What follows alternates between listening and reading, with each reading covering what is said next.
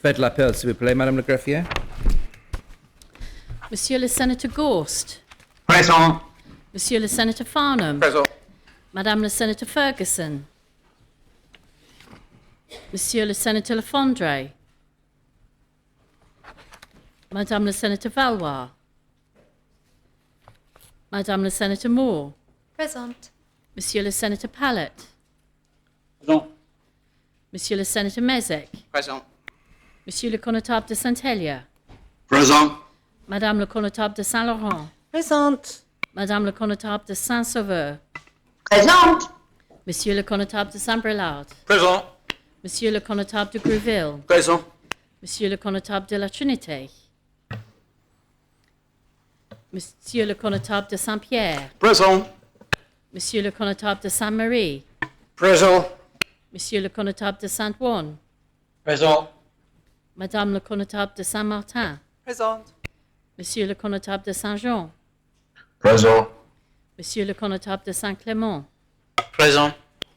Madame le Député Martin. Présente. Monsieur le Député Southern. Madame le Député de Greville. Présente. Monsieur le Député Lewis. Présent. Monsieur le Député Tadier. Présent.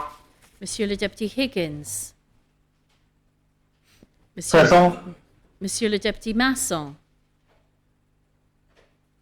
Madame le Député Pinel. Présente. Monsieur le Député de Saint-Martin. Monsieur le Député de Saint-Ouen. Présent. Madame le Député Dublay.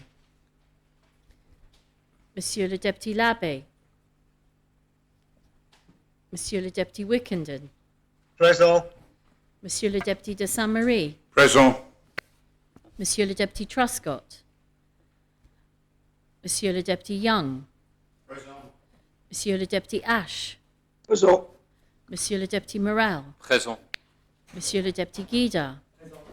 Monsieur le Député de Saint-Pierre. Présent. Monsieur le Député de la Trinité. Présent. Monsieur le Député de Saint-Jean. Présent. Madame le Député Lehegara. Présente. Monsieur le Député Ayer. Madame le Député Pershaw. Présent. Monsieur le Député Ward. Présent. Madame le Député Alves. Monsieur le Député Pamplin. Présent. Madame le Député Gardner. Présente. Madame le greffier. Prions Dieu. Notre aide soit au nom de Dieu qui a fait les cieux et la terre. Amen. Seigneur Dieu, Père éternel et tout-puissant, qui a établi les gouvernements et les puissances de la terre pour le règlement et pour la conduite du peuple, et qui nous a commandé d'avoir toujours pour but la gloire de ton Saint-Nom, nous te prions qu'il te plaise de donner à cette assemblée le don de conseil et de prudence, d'unir les cœurs et les affections de tous ceux qui la composent, et de les conduire tellement toi-même par ton Saint-Esprit, que toute leur délibération étant accompagnée de ta bénédiction, réussisse au bien et au soulagement du peuple qui te plut de commettre le soin. Car nous t'en prions au nom et par le mérite de ton Fils bien-aimé Jésus-Christ, notre Seigneur, qui nous a enseigné de t'invoquer en disant « Notre Père, qui es aux cieux, ton nom soit sanctifié, ton règne vienne, ta volonté soit faite en la terre comme au ciel. Donne-nous aujourd'hui notre pain quotidien, et nous pardonne nos offenses, comme nous pardonnons à ceux qui nous ont offensés. Et ne nous induis point en tentation, mais délivre-nous du mal. Car à toi la reine, la puissance et la gloire, au siècle des siècles. Amen.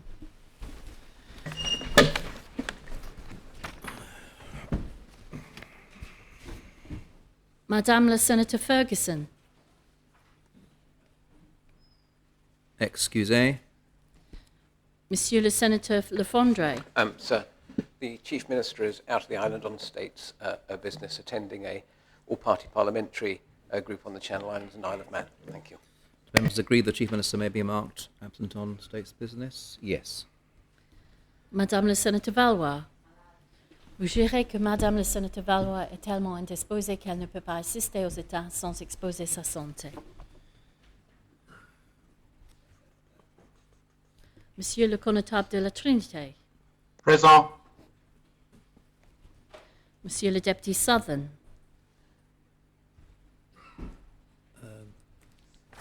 Defo. Monsieur le Deputy Masson,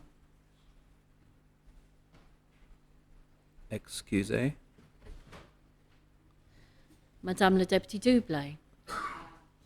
Vous jurez que Madame le Deputy Doublé est tellement indisposée qu'elle ne peut pas assister aux états sans exposer sa santé. Monsieur le Deputy Labbé, Present. Monsieur le Deputy Truscott, Ma'am, the Deputy has a hospital appointment this morning and will join us as soon as he can. Thank you.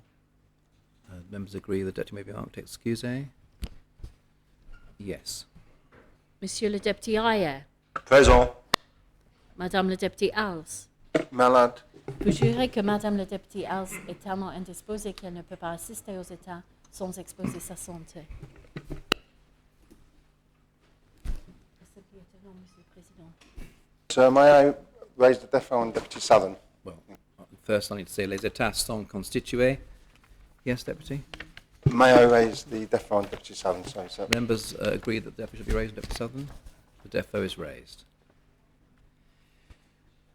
We now return to the debate. Next is the 18th Amendment, lodged by Senator Pallett. And I ask the greffier to read the amendment. After the words "the Draft Island Plan 2022 to 25," insert the words "except that." A. The following should be inserted within the list of sites to be zoned for affordable homes in Policy H5, Provision of Affordable Homes. 6. Field L127, St Lawrence, 1.25 hectares, 6.95 verges, with the remaining items on the list renumbered accordingly. B. The Draft Island Plan 2022 to 25 should be further amended in such respects as may be necessary consequent upon the adoption of paragraph A. And C. The Draft Bridging Island Plan Proposals Map Part A, Planning Zones, should be amended to reflect the adoption of paragraph A. Senator Pallett. Thank you, sir, and good morning to members. We've already had some very, very strong feelings expressed around the loss of good agricultural fields, and I've got no doubt that the same feelings will be expressed maybe during this debate. But I felt it important to carry on with this amendment. I had thought over the weekend about withdrawing it because there have been some strong expressions, strong feelings expressed through various emails that have been sent over the weekend. But I felt it right to carry on with the debate.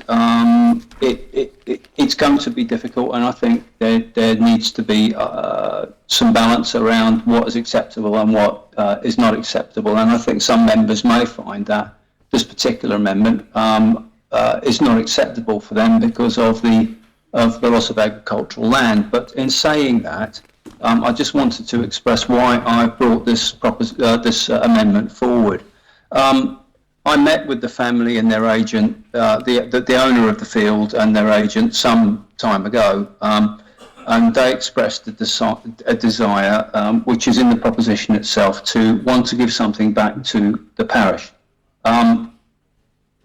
There's a long association between the landowners and the parish, and they very much wanted to be able to provide some affordable homes for young people within the parish, and felt that Bill 127 was an opportunity to do that. They are aware of the difficulties. They respect that this is not a particularly easy site in terms of its current use, but nevertheless they wanted and expressed to me that they wanted the debate to go ahead, and understand why States members may or may not want to take this field forward. What I did do about a month ago is not that I don't know the area. I go to Glencoe quite often, and I do know the area pretty well. But I thought I'd take the opportunity to walk the area and just to understand the environment, how close it is to other neighbouring properties, and just get a feel for the site. And I'm glad I did that because it certainly gave me a feeling that it isn't as remote. Although I find that word quite strange in Jersey, remote, because I don't think anything's remote from anything. It's just a very small island, but nevertheless, the remote's being used by some in terms of being on the edge of built-up area. So I just want to have a look at the site. There are homes, as you can see from the pictures that are provided within the proposition. There are homes nearby, opposite the entrance to La Fred Rue, and a property to the rear of this field, Glencoe's to one side. And then when you think about the proximity of Carrefour Salou, it's 180 metres away. And there are other properties that border the road on both sides as you go back towards Carrefour Salou. So it's not particularly remote, although it is on the edge of the built-up area, which the owners accept. One of the comments made by the Minister is that it's not served particularly well by the road structure and connected to other parts of the parish by the road structure. Clearly, there's a main road that runs through the La Grande Route de Saint-Laurent that runs from the site down towards Carrefour Salou, down towards the village centre, which is based around the parish hall and the shops. And that's a busy road, and that's accepted that it's a busy road, and it's certainly not a road that you'd want to walk on by choice. Certainly not the section from La Fred Rue down to Carrefour Salou. It's narrow. But having walked the area, there are a series of green lanes that run off the back of La Fred Rue, and I did write the names of them down. But there are various roads that run off into green lanes that run down towards Carrefour Salou, the Rue de la Haute, and then you've got another road that runs off to Carrefour Salou, and then Le Mont-Menier, so which runs down towards the village centre. Doesn't completely join up with it, and again, that's accepted, but it's not in terms of access to other parts of the parish. There are some safe walking routes and cycling routes that could be used for this particular site. One of the things I thought I'd just like to highlight is the fact that this is not a speculative development.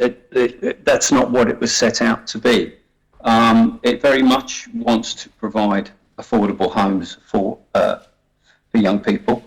And in discussion with the agent and the owners, they provided various information as to what that might mean in terms of price. What they are looking to provide here is 24 really what I would consider to be really affordable homes with another 7 open market. And comments already been made, I think, in some emails around why does it have to be include 7 open market homes? That makes the site sustainable and viable. It doesn't mean that the whole of the site couldn't be affordable, but it would be less affordable if the whole site was 31 affordable homes. The price that has been given to me, because I know it was mentioned last week, is on some of these sites, is what is affordable. Well, the prices that I was given in discussion with the agent was, and this is about 6 months ago. So there are obviously going to be price increases due for various reasons. But at that time, they were looking at the figure of 385,000. Now, I think that is truly affordable. It may have gone up a little bit because of price increases and material increases, but nevertheless, anything around £400,000, I think, for a home, 3-bed home in Jersey has got to be seen as affordable when you consider that a 3-bed home on open market in Jersey at the moment is probably in the 750 to 800,000 bracket, which clearly is not affordable to young couples or very few young couples. the 7 open market do allow those homes to be provided at that level of price. But again, there is opportunities. There is always to negotiate on that and maybe find another way of providing these homes or providing more affordable homes on that particular site.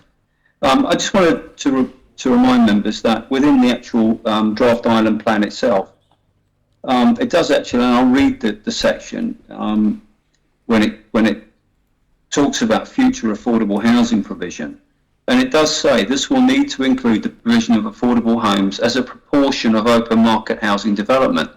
This is a mechanism that is customary practice elsewhere. So having affordable homes as part of, or open market as part of an affordable homes package is a mechanism that is used elsewhere and is not unusual in terms of other sites.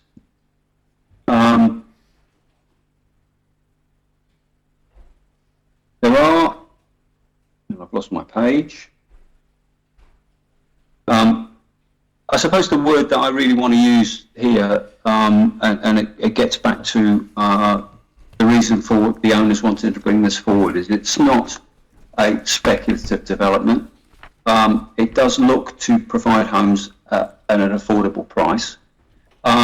But I'm now going to dwell on, I suppose, what is going to be the negative of this particular site, and it'd be wrong if I didn't bring that up, and the fact that it is currently in agricultural use, and is rated by Jersey Farmers Union as being a 2 site, and as last resort as good for agriculture, and that's accepted by the owners. It is in use. They lease it out. They've got a current farmer that I think it's the Jersey Potato Company actually use it, and they do use it on a regular basis. So that's accepted. In terms of the minister's comments, it's been quite clear that that it's seen as an agricultural site. But I think some of the comments made within the minister's comments, I don't think necessarily are as strong as they make out. I think there is an opportunity to integrate this particular site into local areas.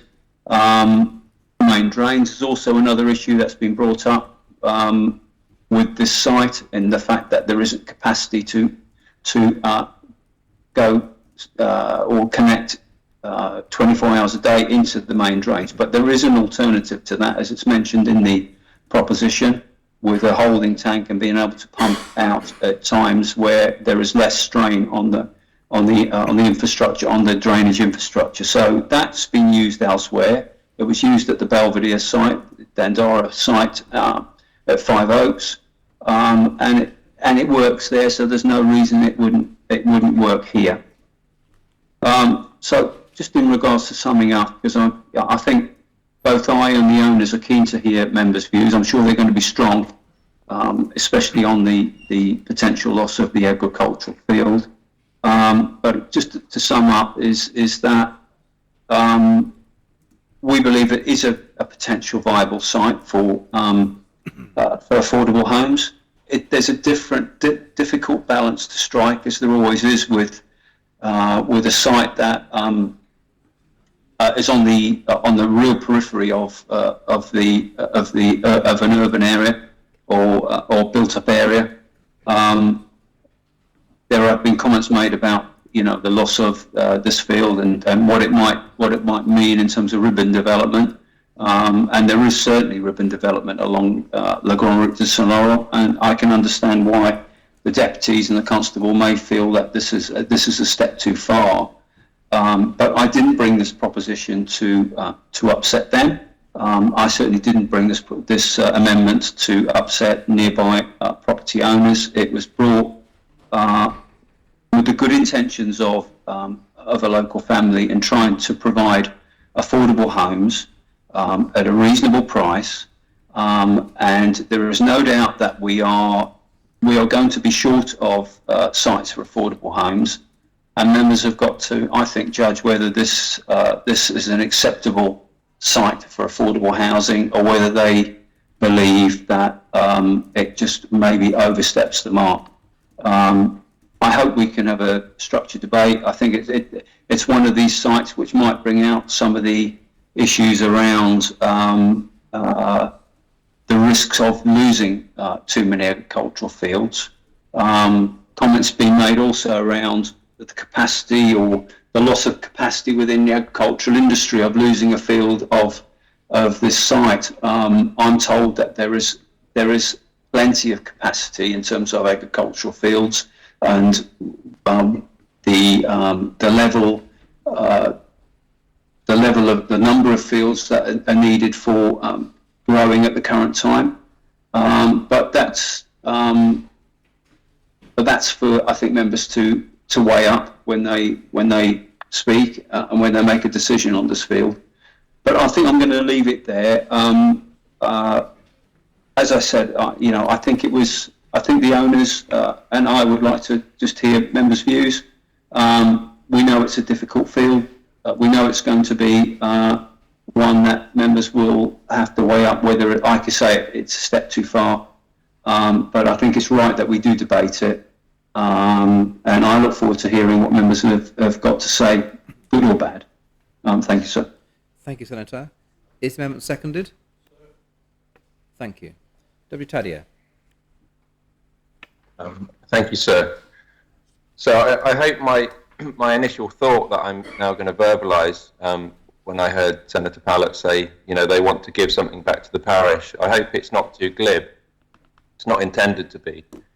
But I feel like saying if their prime motivation is to give something back to the parish and the island, then there's nothing stopping them giving the field, donating it, gifting it, bequeathing it, whatever you want to call it. It won't be a bequest, of course, to the parish. But because those kind of things are done all the time, and then it can be up to the community to decide what they want to do with it in the future, and it would be then in parish ownership, so that it could either be kept for community use, for green use, for open space, for natural open space, for farming, as long as it is required.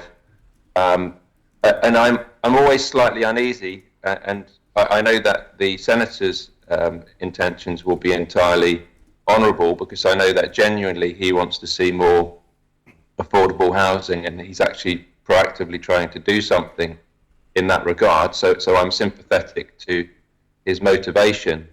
But as I've said in many other speeches, I think we've got so many fundamental issues here about tackling the housing crisis and rezoning green fields when we have other fundamental underlying problems that need to be addressed first, isn't the way to do it.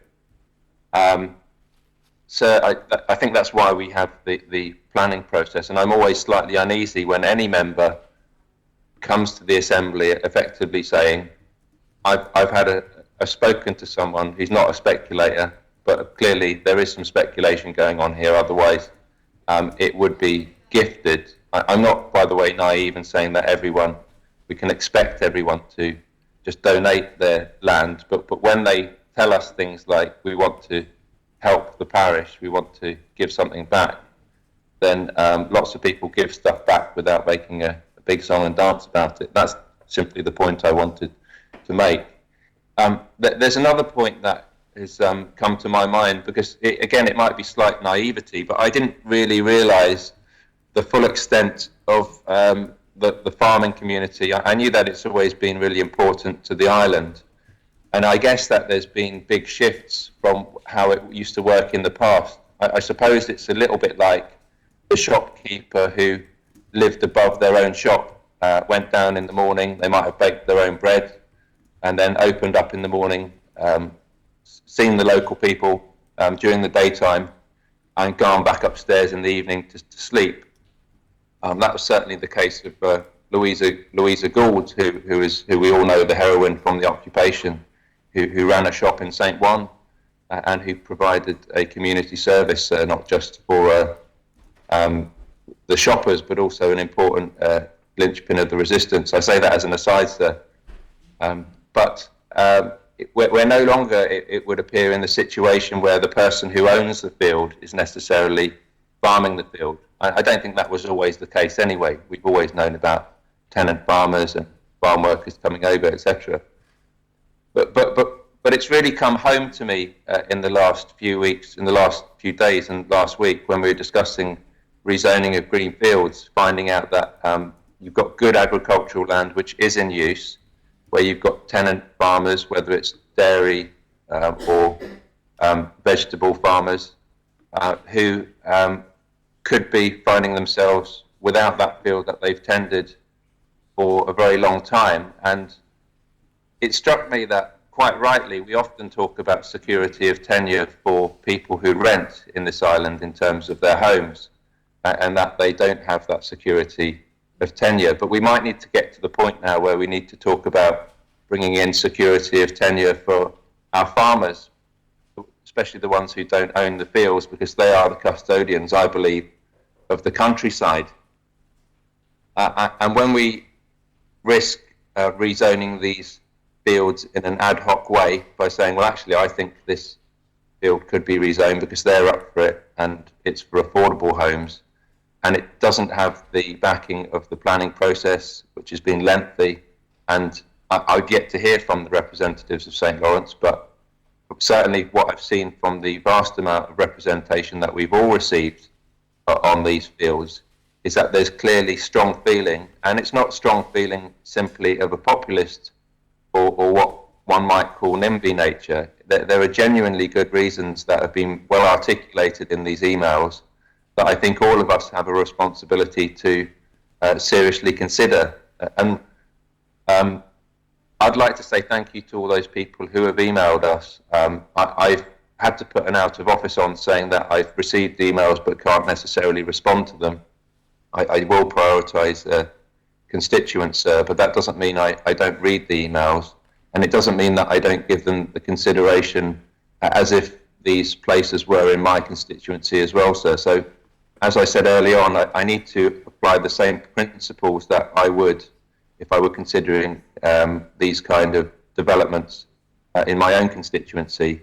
And I've always stood on the basis that I will oppose inappropriate developments. And as far as I can see with this field, it's not one that we as an island community can afford to lose at this point. Thank you, Deputy. Conatava of St. Brelard.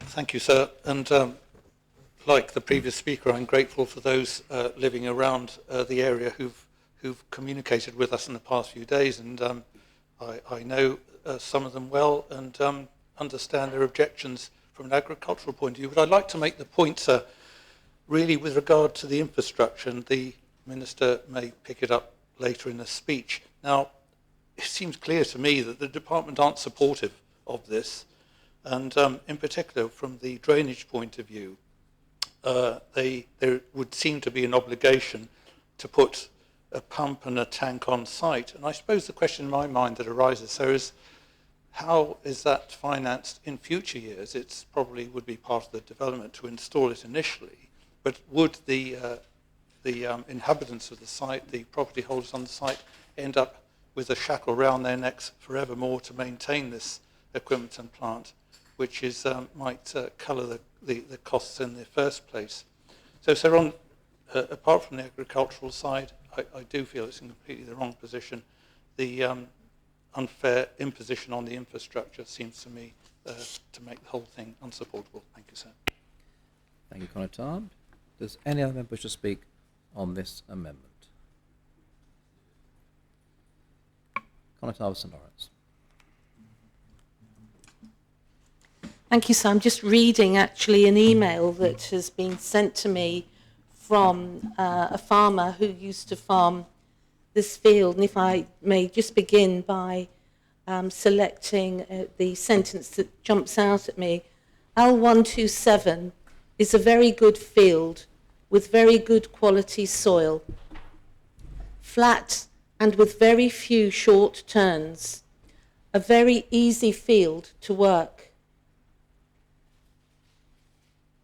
To build on such a good field would be a very sad day for the location and parish, as there are far more suitable fields to build on without the impact on the farming industry. And if I may start there, sir, we heard from Senator Pallett that he'd given thought over the weekend to whether or not to withdraw his amendment, but he decided it was important to carry on and have the debate, have the discussion, let members make up their own minds. And that, actually, I can't disagree with that, sir, because, of course, I could have put in an amendment myself to propose the withdrawal from the debate, or I should say, to propose the withdrawal of the field, as other members have done.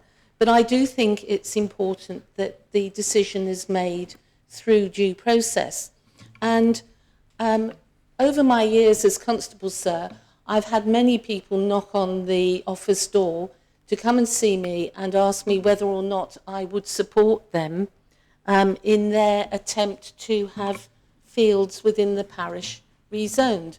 And my view and my response has always been that there is a process. They should follow due process.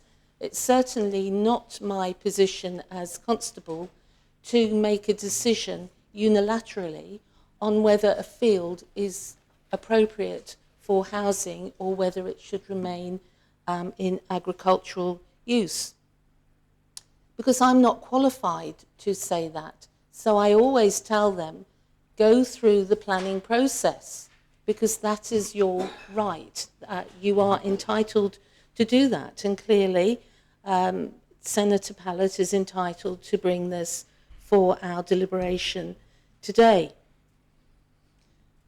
But my view is that the planning process is appropriate because there are policies in place which we take into account. So a field that may be capable of being built on, the application, the normal application, would be put into the planning department, probably for pre-application advice. It would progress and it would potentially, or very highly likely, it would be put in front of the planning committee for determination. And the planning committee, of course, is constrained by the policies within the island plan. And we've heard the Constable for St Brelade mention the problem with drainage. And that is one aspect that has been raised by the Minister in his comments. The drainage is not appropriate, notwithstanding that Senator Pallett has referred, of course, to the Belvedere site, which was able to pump, I believe, through the night. So basically the drains can't take the, wouldn't be able to take the continual pumping 24/7. So there are, even if this was to be approved by the Assembly, and I would urge them to vote against Senator Pallett's amendment, the problem of drainage and everything else associated with an application would be faced and decided upon by the planning committee. And of course, there's no guarantee that if an application to build 30 homes on this site was to be put in front of the committee, that permission would be given. Because clearly, this is a prime agricultural site, and that is what the Senator himself has told us. Excuse me. He very helpfully listed for us the negatives that are associated with this site. And he started by telling us that it is in agricultural use. It's an agricultural site.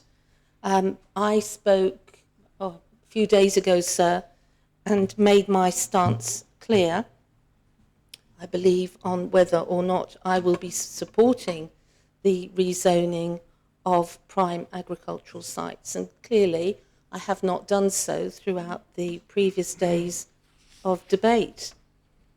When I was elected a lifetime ago, it seems to me, sir, one of my policies was that I would not support development within the green zone. And I have maintained that throughout my time serving the parish, sir. It's difficult, of course. It's not only that I haven't supported development within my parish, but across Ireland, of course. The development is not really on the edge of the built-up area, as the Senator would have us believe. The small community of Carrefour Salou is some distance away, but even Carrefour Salou as a site itself is not overdeveloped. It's pretty small compared to other built-up areas throughout the island. And I think in his amendment, the Senator also referenced the site at St John, saying it would support current local shops and services in St John and Millbrook. That's true, of course, but it would probably necessitate the householders to use their car to get there if they're going to do a shop.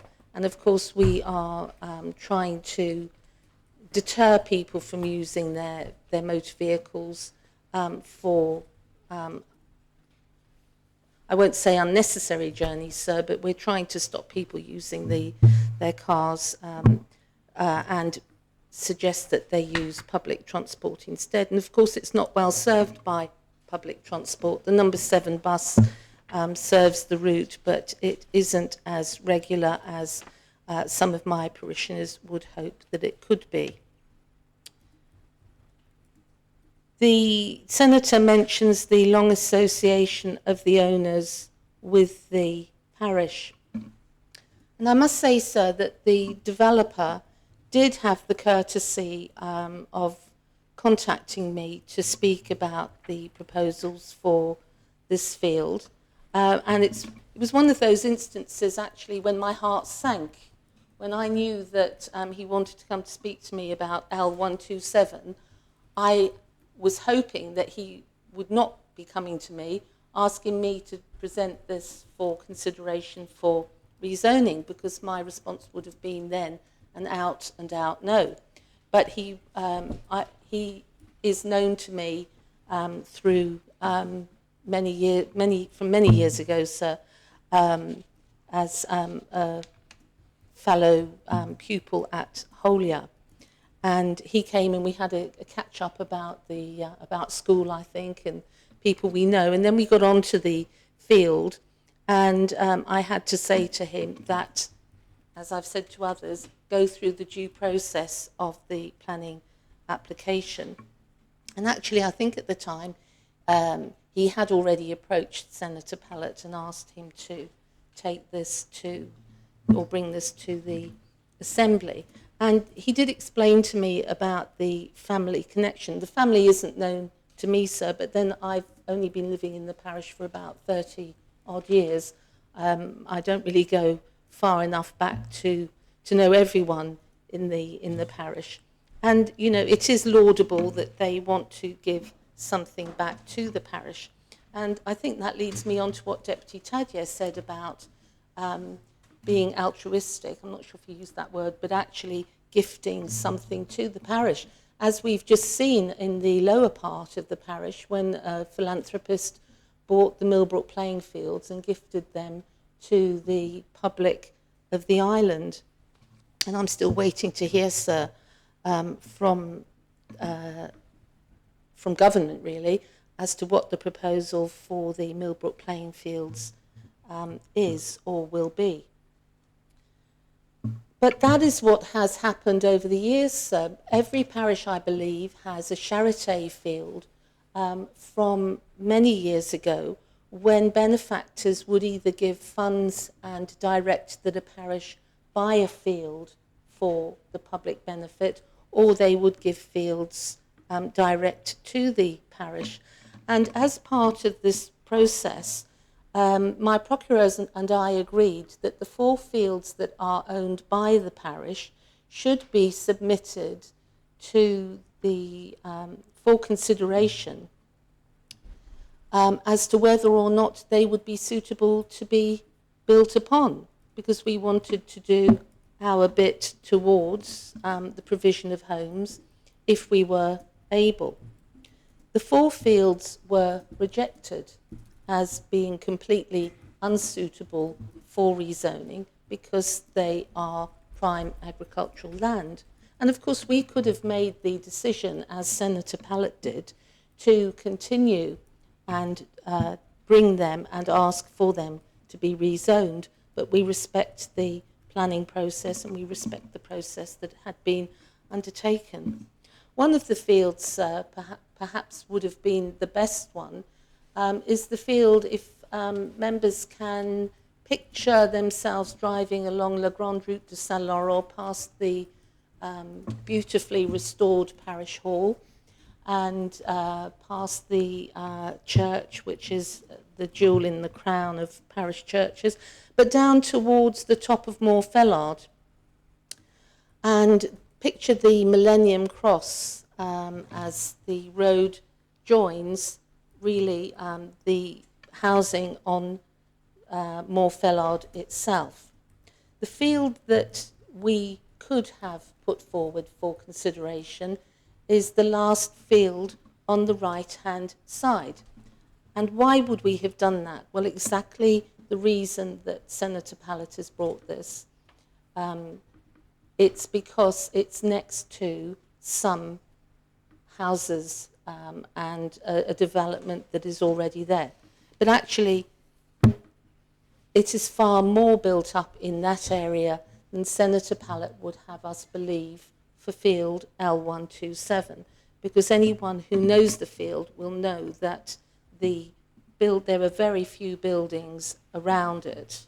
It's almost in complete isolation.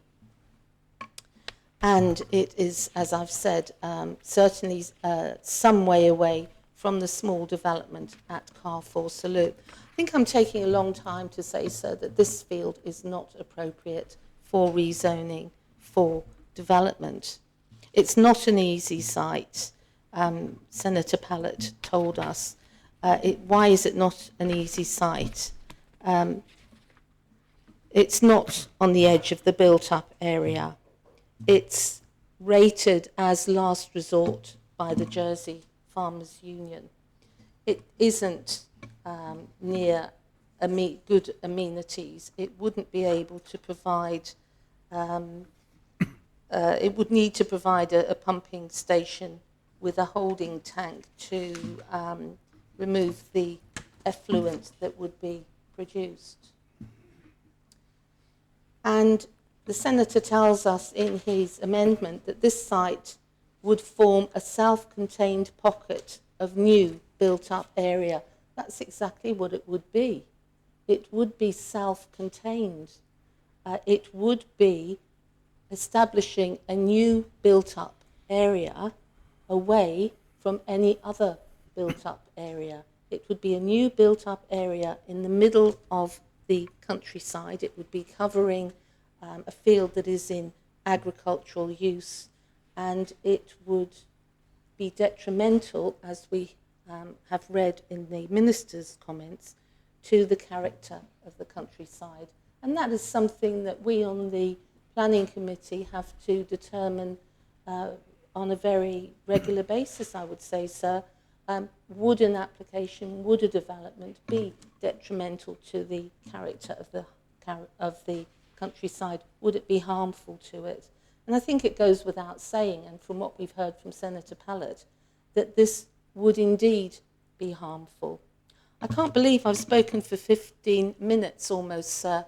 I would urge members to vote against the amendment by Senator Pallett. Thank you, sir. Thank you, Conor. Minister for the Environment. Thank you, sir. I'm grateful for the Constable in her speech, because the Constable, I think, explained to us a lot of the intricacies and the factors that have to be taken account of any planning decision. And I think that's why we're here. And so there's no, now members will know that the sites that have come through the planning system to get to this stage here, the very most sustainable sites where the factors can make a recommendation for zoning have been rejected by this Assembly. The very best sites on the edge for planning-wise, that where that planning balance is achieved, around the St Saviour fringe, around St Helier, they've gone.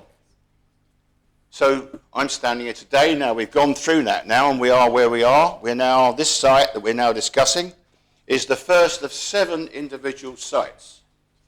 And I've no doubt that they were brought forward by well-meaning members, as we've heard from Senator Pallett in this case.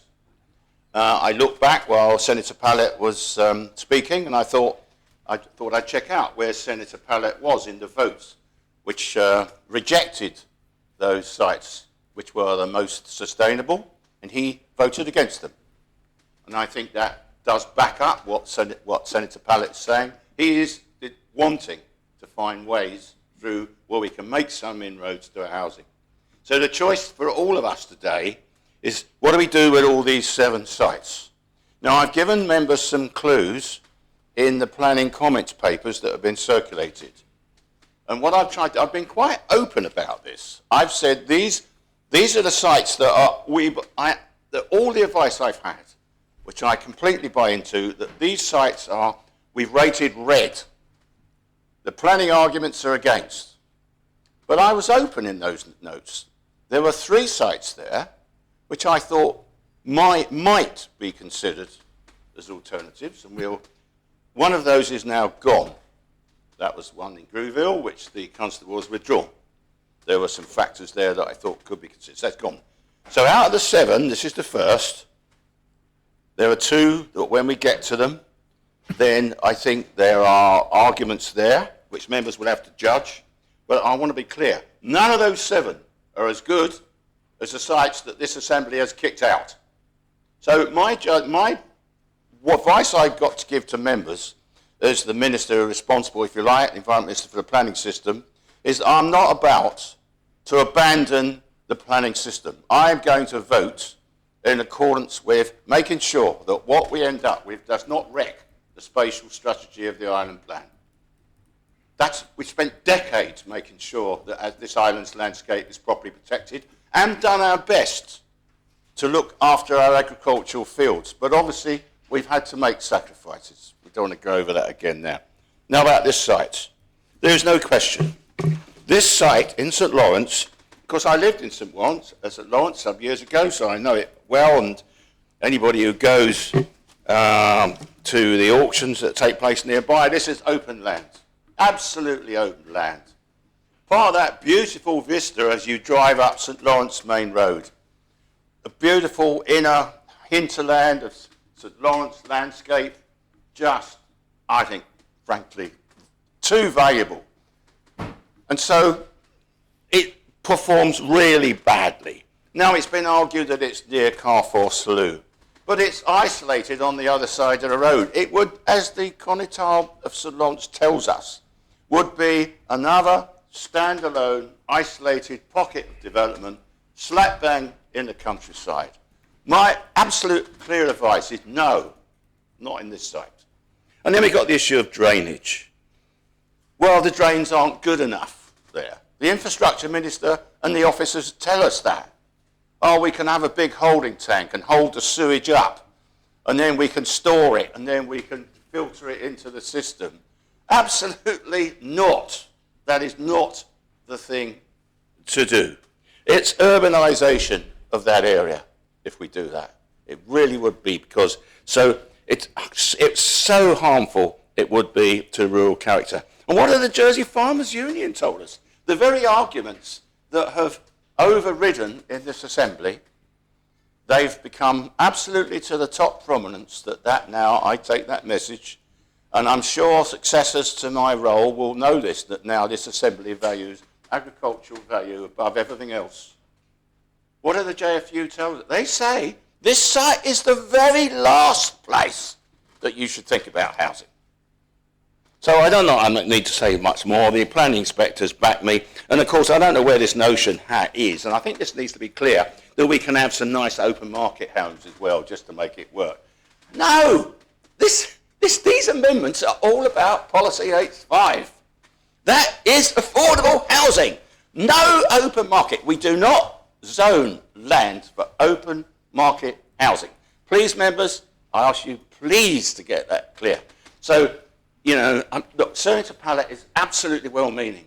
I do not criticise him, and I suspect as we go through all the 7 amendments we're going to hear similar moving stories. But nonetheless, I think we have to let our minds rule our hearts.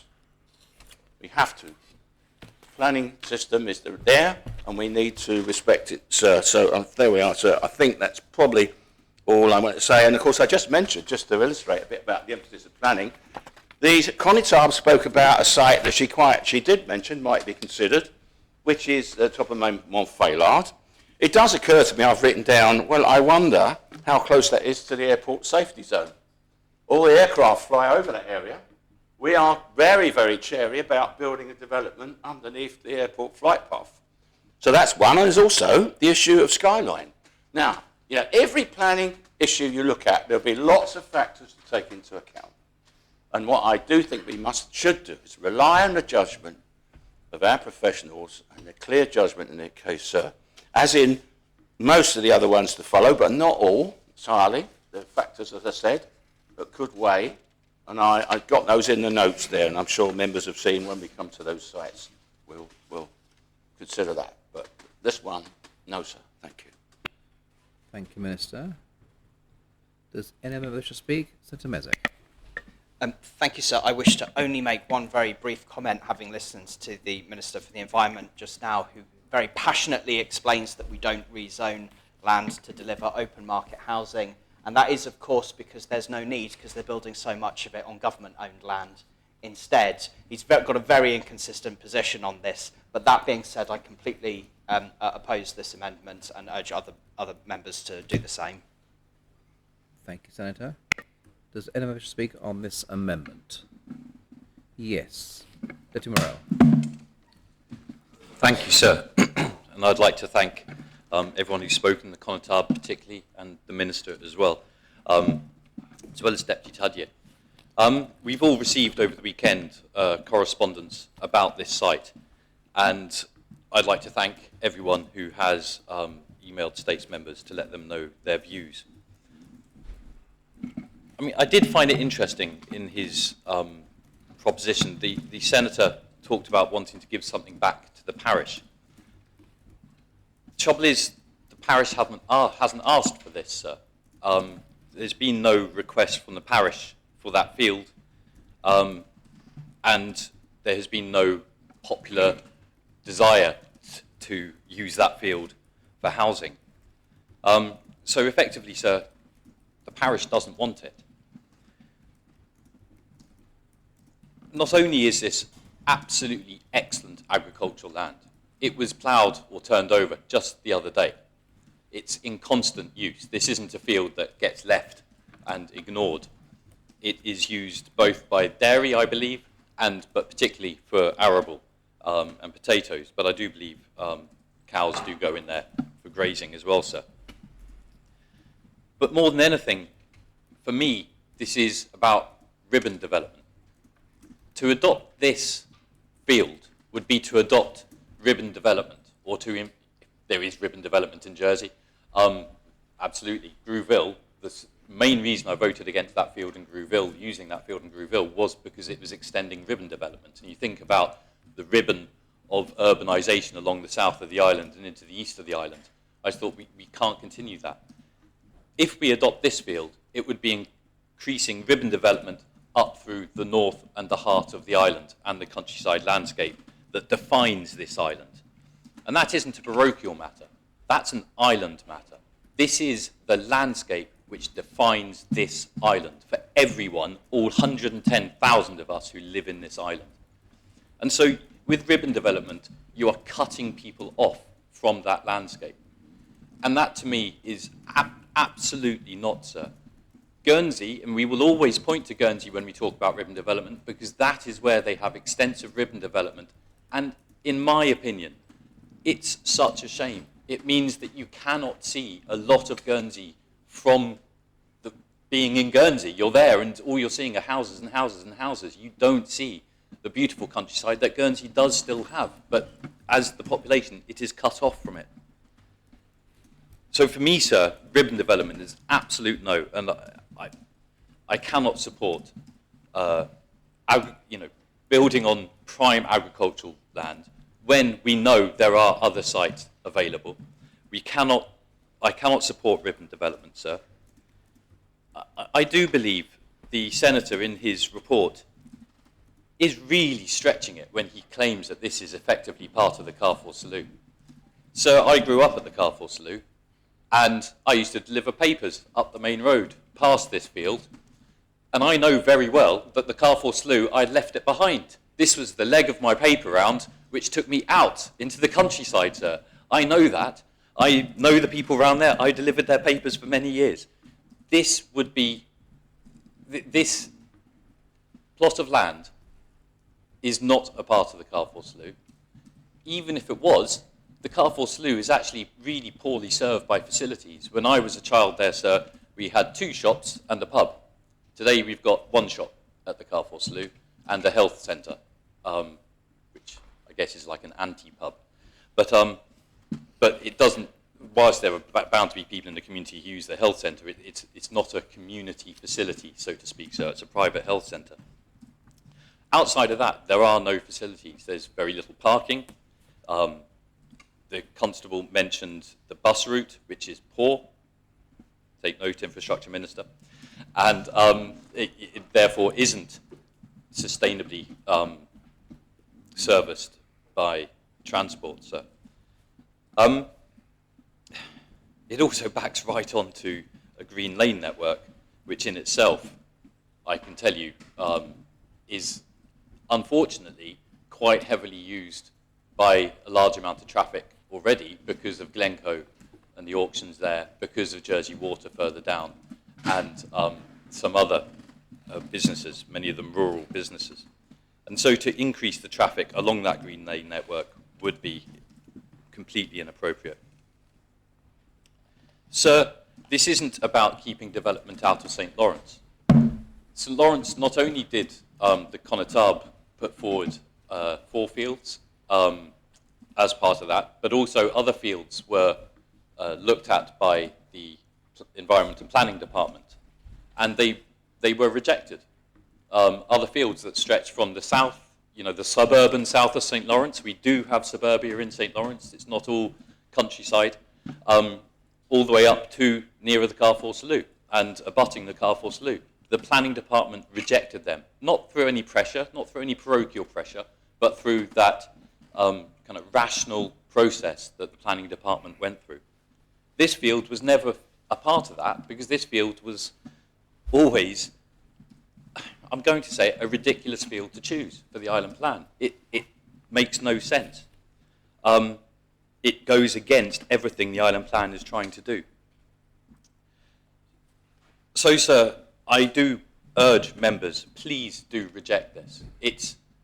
I know that it is not right to think, because we've rejected some fields already that the Environment Minister supported, we should now start accepting all these fields. It's completely wrong to think like that, because if we think like this, we will be supporting development on fields which are massively unsuitable, as opposed to the fields which, as the Minister said, had a more balanced in terms of sustainability. So yes, I ask members, please do reject this. It's not appropriate. We've heard all the reasons why.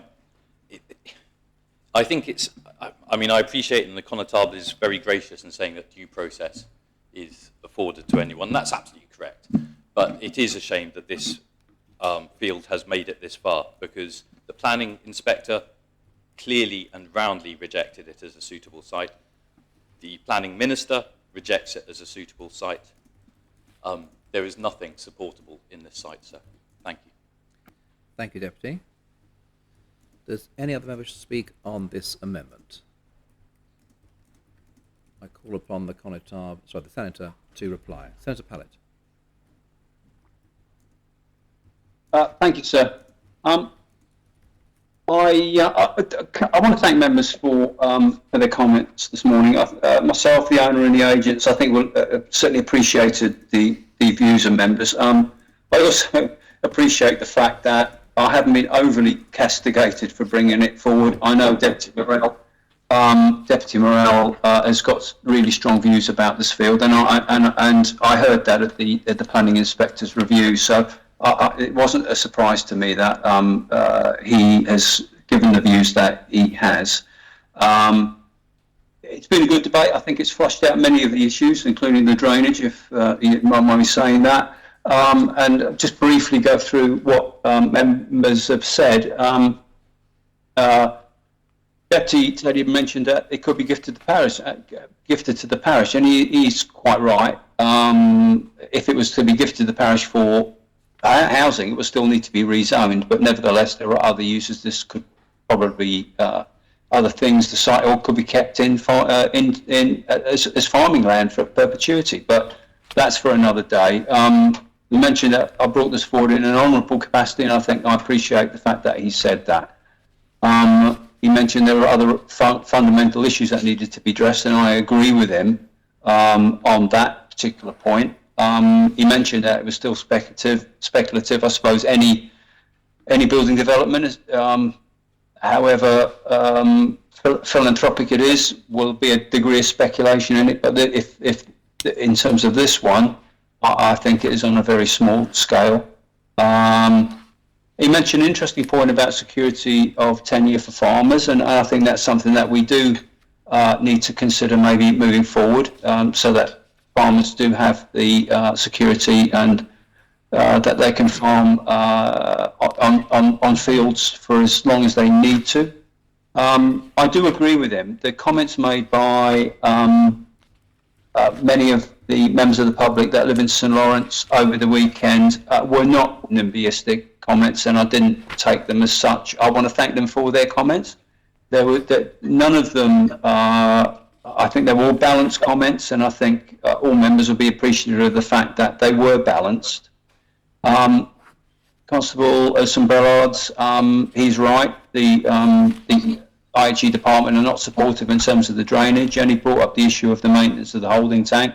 It's not something I've considered, but I'm sure it's something that the developer has considered. But he's right, there could be an issue with that. I always respect the view of being a former parish constable. I always respect the view of the constable of the parish, and where an issue is, and this particular issue is very much a St Lawrence issue. She mentioned that it was a good field with good soil, comments from the farmer, and there were far more suitable fields. But she did say that it was up to me if I wanted to bring it through in terms of a vote today, and let members make their own minds up. So I do appreciate that, and that there is a process to follow, and we're actually following that process today. She talked a lot about the planning committee and issues that would come in front of them if this was always brought forward. And at the end of the day, she considered it to be a prime agricultural site. Both Deputy Morell and the Constable, I think, have questioned the proximity of Carrefour Saloon. It's a matter of opinion how far away it is, but I think, again, members can make their own mind up on that. I agree with her. I think there is always opportunities to improve bus routes, and again, we've had it on other debates as well where that's been mentioned as a potential negative, but that's something that maybe can be brought forward by Liberty Bus. Again, she mentioned potentially gifting the field. I'm sure that's something that the owner will, it's for them to decide, but I'm sure they're listening and will make their own view on that. And that that this field was in complete isolation. I don't necessarily agree with that, although as I've said, is on the what I consider to be the edge of the built-up area. But again, I think members can make their own mind up on that. Senator Mesick made a good point around the open market on government-owned land, and then we moved on to Deputy Morell. Again, as I've said, who I knew had very strong views on this. I heard him at the planning inspector's review as the parish deputy. I had no doubt that that he would want to protect this site. He clearly knows his patch very well, and I'm glad to hear that he had a paper round. I thought I was the only one that did a paper round that was in the States. I'm glad to hear that. I'm not the only one that had a paper round. But being, just going back to being a slightly more serious, he mentioned that St Lawrence had put forward other sites, and I think we've got to accept that St Lawrence have tried to play their part, but that this went against the government plan, and his view was that there was very little to gain from this, and a lot to lose. So I think I've summed up the what members have said. I said at the start, there's always a balance to be struck, and this may be striking the balance too far in one direction. I'm sure members will have made their minds up, but I do appreciate the fact that we've had a debate on this site, because I think it's brought out issues that may well be issues that are debated on the other sites that that Deputy Young mentioned. And I'll just mention Deputy Young again. He's right. In many ways, there are issues around this particular site that that he clearly doesn't support. His comments clearly don't support the use of this particular field, and members again are going to have to take that on board. I've got a suspicion about where this is likely to go. But I do thank members for their time and appreciate the comments given this morning. And if I ask for the appellate, please, sir. Thank you, Senator. The appellate has been called for. Members are invited to return to their seats. Those joining the meeting via the Teams link are invited to cast their votes in the chat channel. I ask the greffier to open the voting for members in the chamber.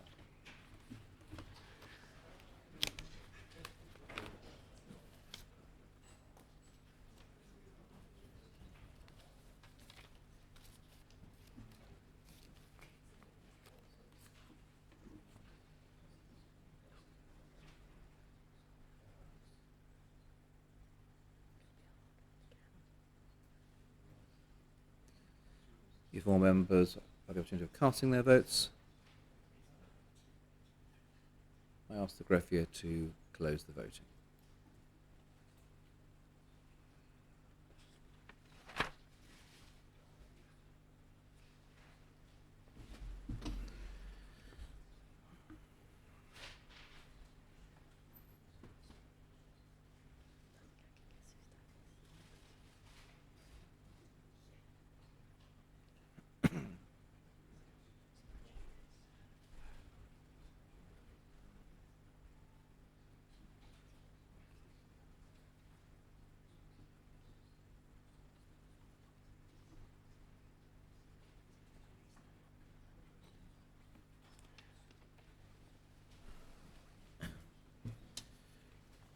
I can announce that the amendment has been rejected. 2 votes pour, 40 votes contra. May we have the two, please, sir?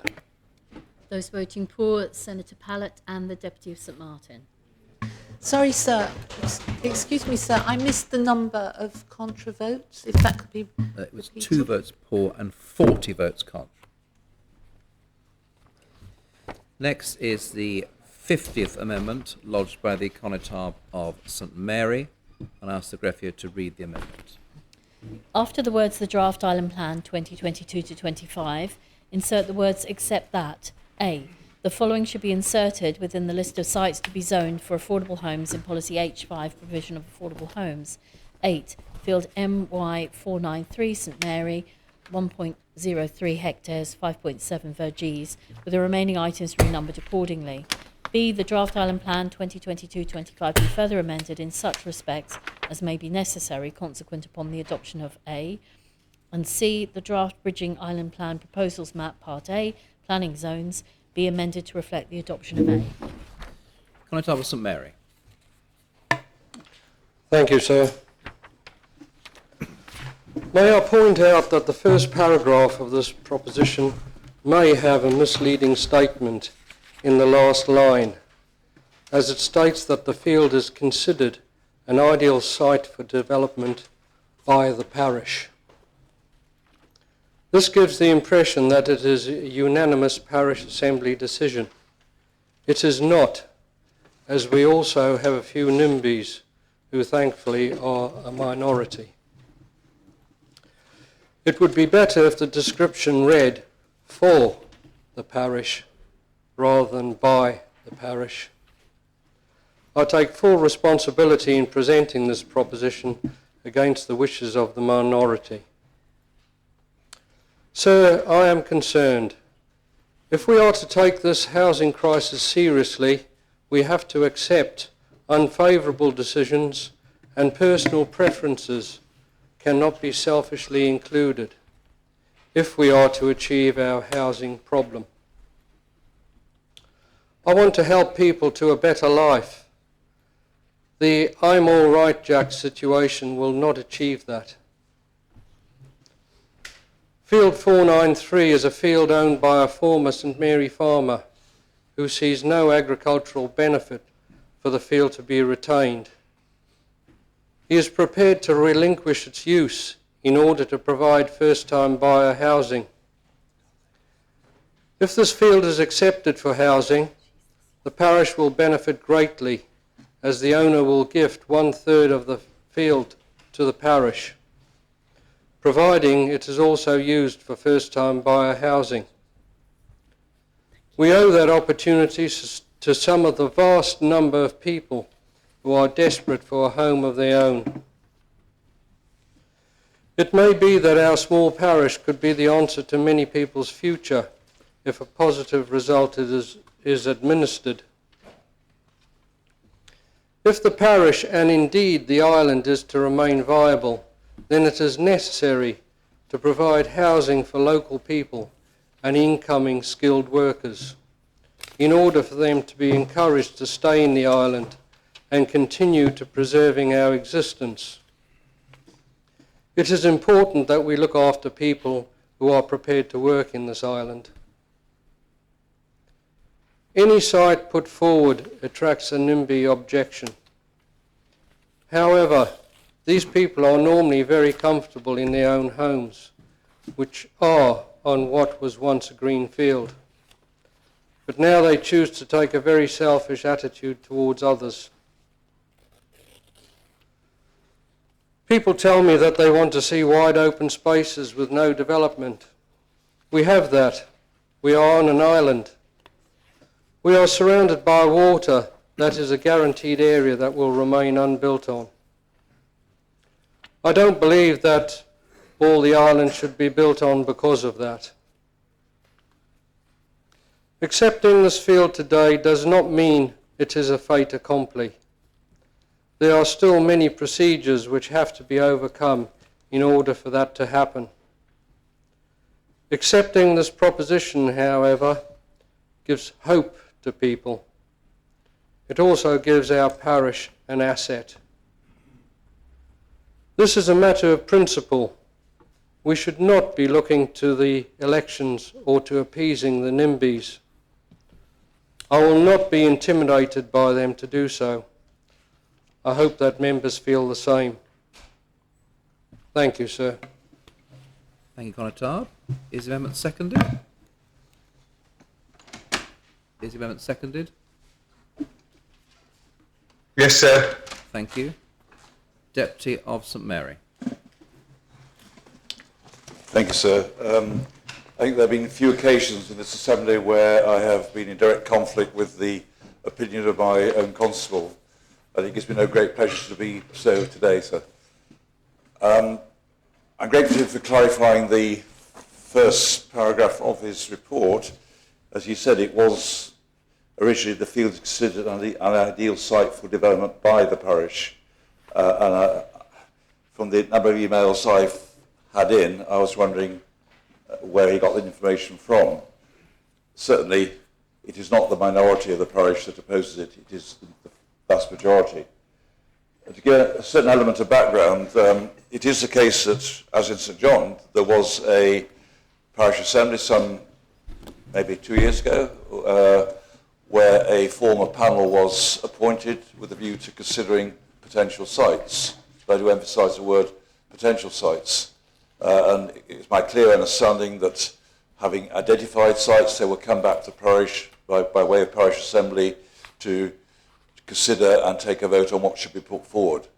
My understanding, sir, and I'm a member of that panel, is that there have been no more than two meetings of that panel, and whilst it may be that a slight majority were in favour of this, as I say, sir, there's been no mandate of the parish, and that has caused a lot of, dare I say, animosity, I think it's fair to say. The number of emails I received, well, I can't say have far exceeded those 4 because I've received none 4. And those emails include copies of emails to the constable asking him to withdraw the proposition. So I wish to place on record, sir, that I do not believe it is NIMBY members of the parish who are opposing it. They are opposing it for the very good reasons which the Environment Minister set out in his summary. And I do accept, sir, that this Assembly is not here to play undue weight on the wishes of the parishioners who will obviously have vested interests. But I was heartened by the comment made by the Constable of St Helier earlier last week about the wishes of all St Helier residents to be considered in decisions, and the fact that they needed cars so they could enjoy the benefits of this island. And that harks back to one of my earliest memories in the States.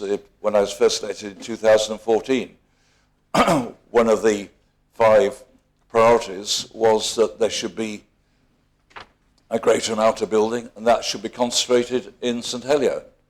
And I congratulate the deputies of St Helier at the time for their unselfishness in backing that. But why did they back that? Because they are concerned about the island as a whole and not just their own parish. And similarly, sir, I'm concerned about the island as a whole and St Helier. And as something of an aside, I have, since that date, wherever possible, carried out what I think is my moral duty to support the Constable of St Helier in his wish for open spaces to better the lives of St Helier residents. But this is not a parochial matter. And the reasons why my own parishioners oppose any development is for the very reasons which the Environment Minister has said in his report. And I don't wish to steal his thunder and quoting him, but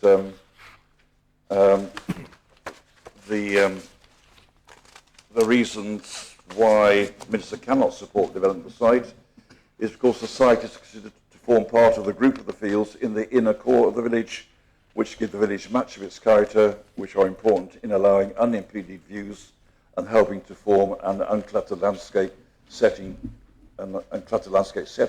to core historic buildings. As such, development on this site will cause significant adverse landscape and visual impacts. To a certain extent, so that mirrors the comments made by Deputy Morell and others in the last debate. We are here to preserve the landscape, not for the benefit of individual parishes, but for the benefit of the island as a whole, which in turn will benefit our tourism industry. We cannot risk overdeveloping because Jersey will cease to be an attractive venue. So for those reasons, sir, I vehemently oppose the proposition, which, as I say, is not supported by the vast majority of my parishioners. Thank you, sir. Thank you, Deputy. Does anyone wish to speak on this amendment? Minister. Thank you, sir. I'm entirely happy always to have my thunder stolen, and it's very, very good when members read the planning comments and speak of them, so I don't have to repeat what the deputy said. But I think I would just remind members that we have already included a site in St Mary's Parish, another site that went through the evaluation process and did score sufficiently well to be able to be included. I have to say, not as good as the ones that you've rejected, because I think what the members have done in this debate is they've set the bar. They've said, now, that is the bar for zoning. And so I think, so this one, I'm afraid, because I do have to accept that the Connétable is well-meaning. I know he passionately wants to achieve housing. I haven't checked how the Connétable voted on other matters. I suspect he voted against rejecting those fields that were put forward. But nonetheless, we have to deal with what is now before us. There's no question this will be a hugely damaging field to develop, not just St Mary's, but the whole island. And it's really important to agriculture in that area. And of course, public transport is poor. And of course, we're told that the drainage system doesn't have the capacity to be able to work with this. So here we are. We've got a whole set of other planning issues which have to come into these evaluations. And of course, our infrastructure knows very well. He would love to have fantastic main drains all around the island with pumping stations. But what we don't know, but there's so far, I don't know how we got to this, that we desperately, members know that I believe we want to be able to invest in that sewage network around, but we haven't got it. And so what we can't do is promoting developments where the system is simply not there. So, I mean, this one is about as, I'm afraid it's in the same category as the previous one. My absolute advice is no, this site is not suitable for development. So I propose to vote against it. Thank you. Thank you, Minister. Does anyone wish to speak on this amendment? I call upon the Connétable to reply. Connétable for St Mary. Thank you, sir. I would dispute that there are a majority of people against this development, as suggested by our parish deputy.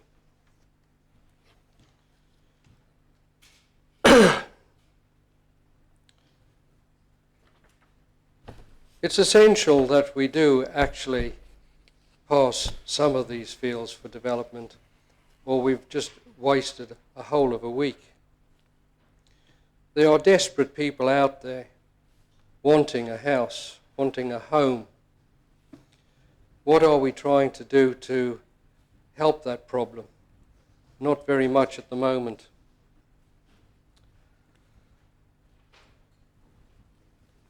I can appreciate the view expressed by our planning minister, but that does not solve our problem. When you vote, please ensure that to do so will improve the lives of many desperate people who want a home. Thank you, sir. Thank you, Connétable. Is the appel called for? Yes, sir. Yes, sir. Appel has Thank been you. called for. Members are invited to return to their seats. Those joining the meeting via the Teams link are asked to cast their votes in the chat channel, and I invite the greffier to open the voting for members in the chamber.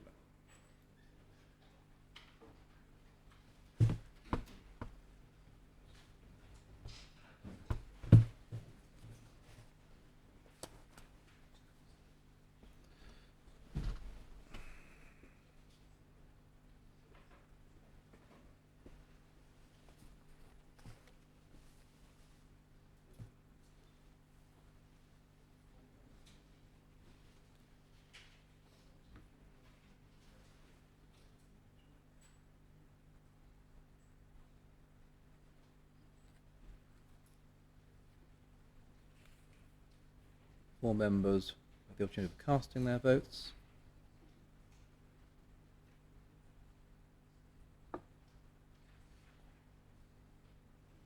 Then I ask the greffier to close the voting.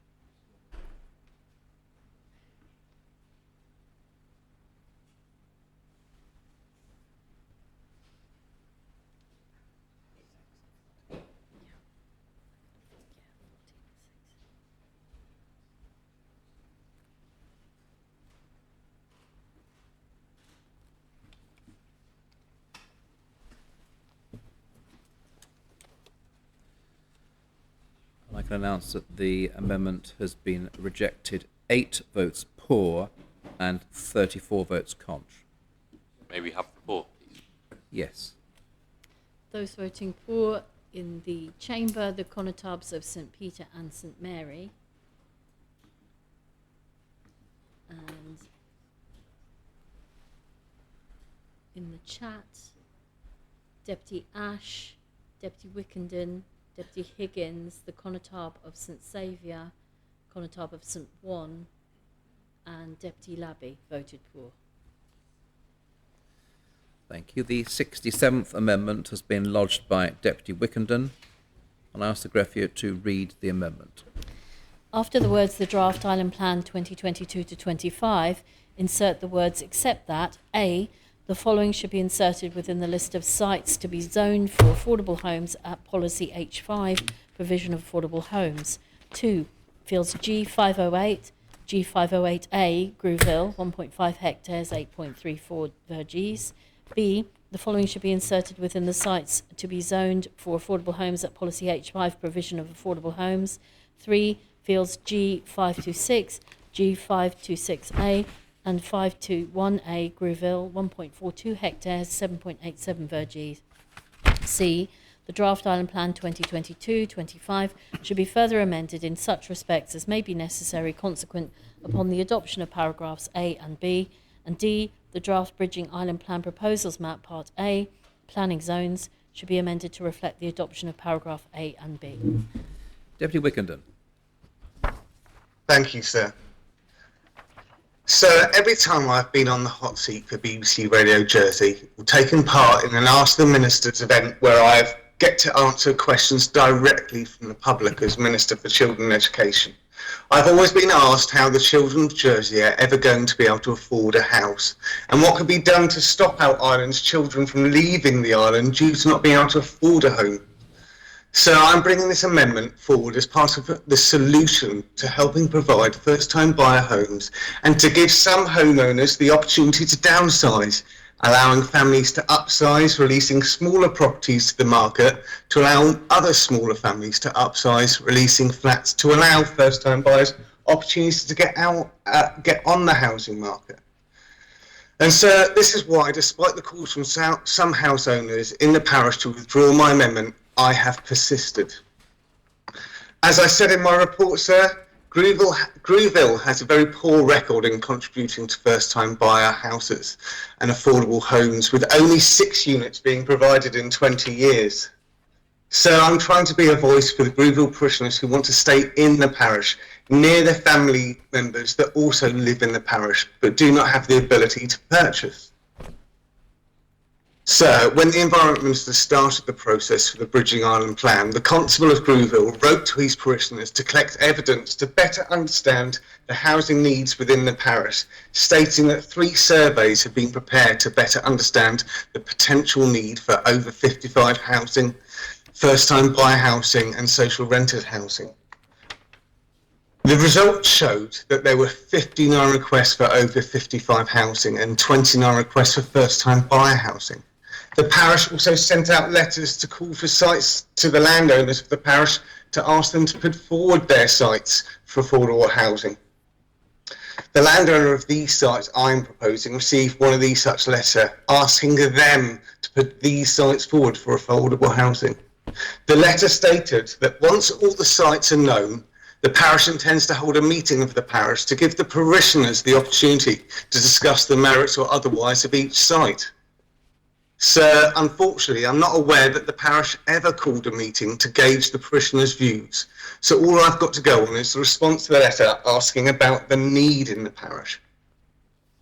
So, as I mentioned earlier, the landowner submitted the field to the Bridging Island Plan and was assessed as all other sites were, and the site scored well under the assessment. Those are the exact words directly out the assessment response. The site failed only by 1 point under accessibility, but met the requirements for spatial strategy, landscape analysis, use and land sensitivity. I repeat, the site scored well under the assessment and failed only by 1 point. So this site sits between a built-up housing area and greenhouses that are currently growing potatoes and are in good condition and use, not left to ruin like so many in the island. This site also cannot be seen from the roads like others that were put forward in the parish.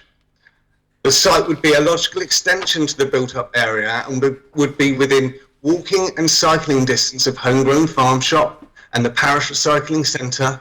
If approved, the site would also be within cycling distance of other shops, services and amenity in the area, as well as Grooville Parish School. The beach is also within walking distance. The site is relatively flat, already well screened, and more planting could be included along all boundaries to enhance local wildlife. Building on the site would not fill in an important open gap across the coastal plain from La Route de Sablon. The site can be connected to mains infrastructure, including main drains, water supply and electricity. There's also a gas main at La Rue de Fauvic. Any risk of future flooding has been considered, and the watercourse that runs along the southern boundary of the site would be enhanced for wildlife. The site is ideally placed for any future residents to access the eastern cycle route. Any children living on the site could also cycle to school. The route is flat, and the route to Grooville Primary School could be mostly along parish roads. The Lockyer School is only a 10-minute cycle away. Future residents would have lots of choice about accessing sustainable transport. There are 2 excellent and regular bus routes close by on Route de Fauvic and La Grande Route de Sablon.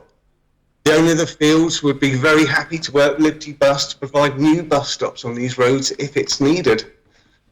So, in the Minister's submission to refuse the site, one of the reasons was due to the medium risk of flooding.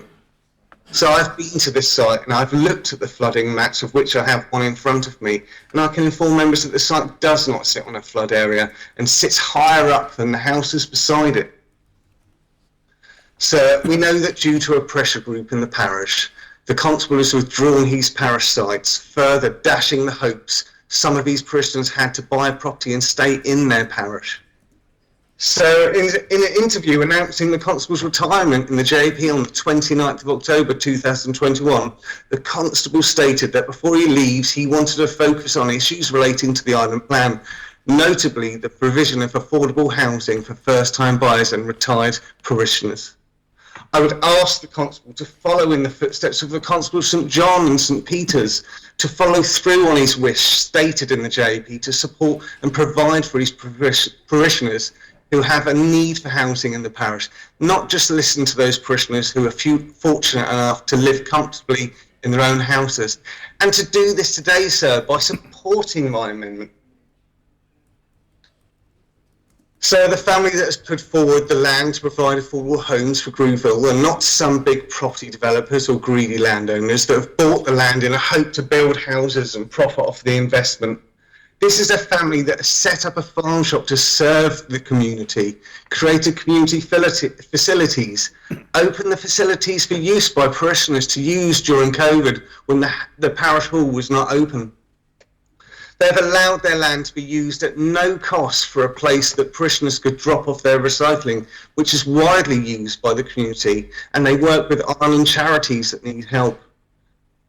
So the island and the parish went out to ask landowners to put forward sites for the needed affordable homes in the parish, and this family has responded to the island's need by doing just that. So I've been around many of our schools since I've been the Children Education Minister, and I've spoken to many students, and they themselves spoken to me about their concerns around being able to stay in Jersey when they grow up, as they today do not feel that they will ever be able to afford a home here in Jersey. So in earlier debates and by some parishioners, there's been talk about sorting immigration first before building more houses. So I will say that if we do not start building now, we will lose our youngest and brightest, and we will never be able to diminish our requirement for inward migration in Jersey. To sum up, sir, the children need to know that they will have hope of buying a house in the future. The parishioners have asked for more affordable housing. The site only missed out by 1 point and is well positioned in the parish. The parishioners that are looking for a house in the parish did not get a chance by the parish to have a voice. and this site cannot be seen by the road and is close to local amenities and connected to the main services. So I ask the Assembly to support this amendment, not listen to the voices of the predatory, and to help provide the much needed homes in the beautiful parish of Grooville. And sir, I propose this amendment. Thank you, Deputy. Is the amendment seconded?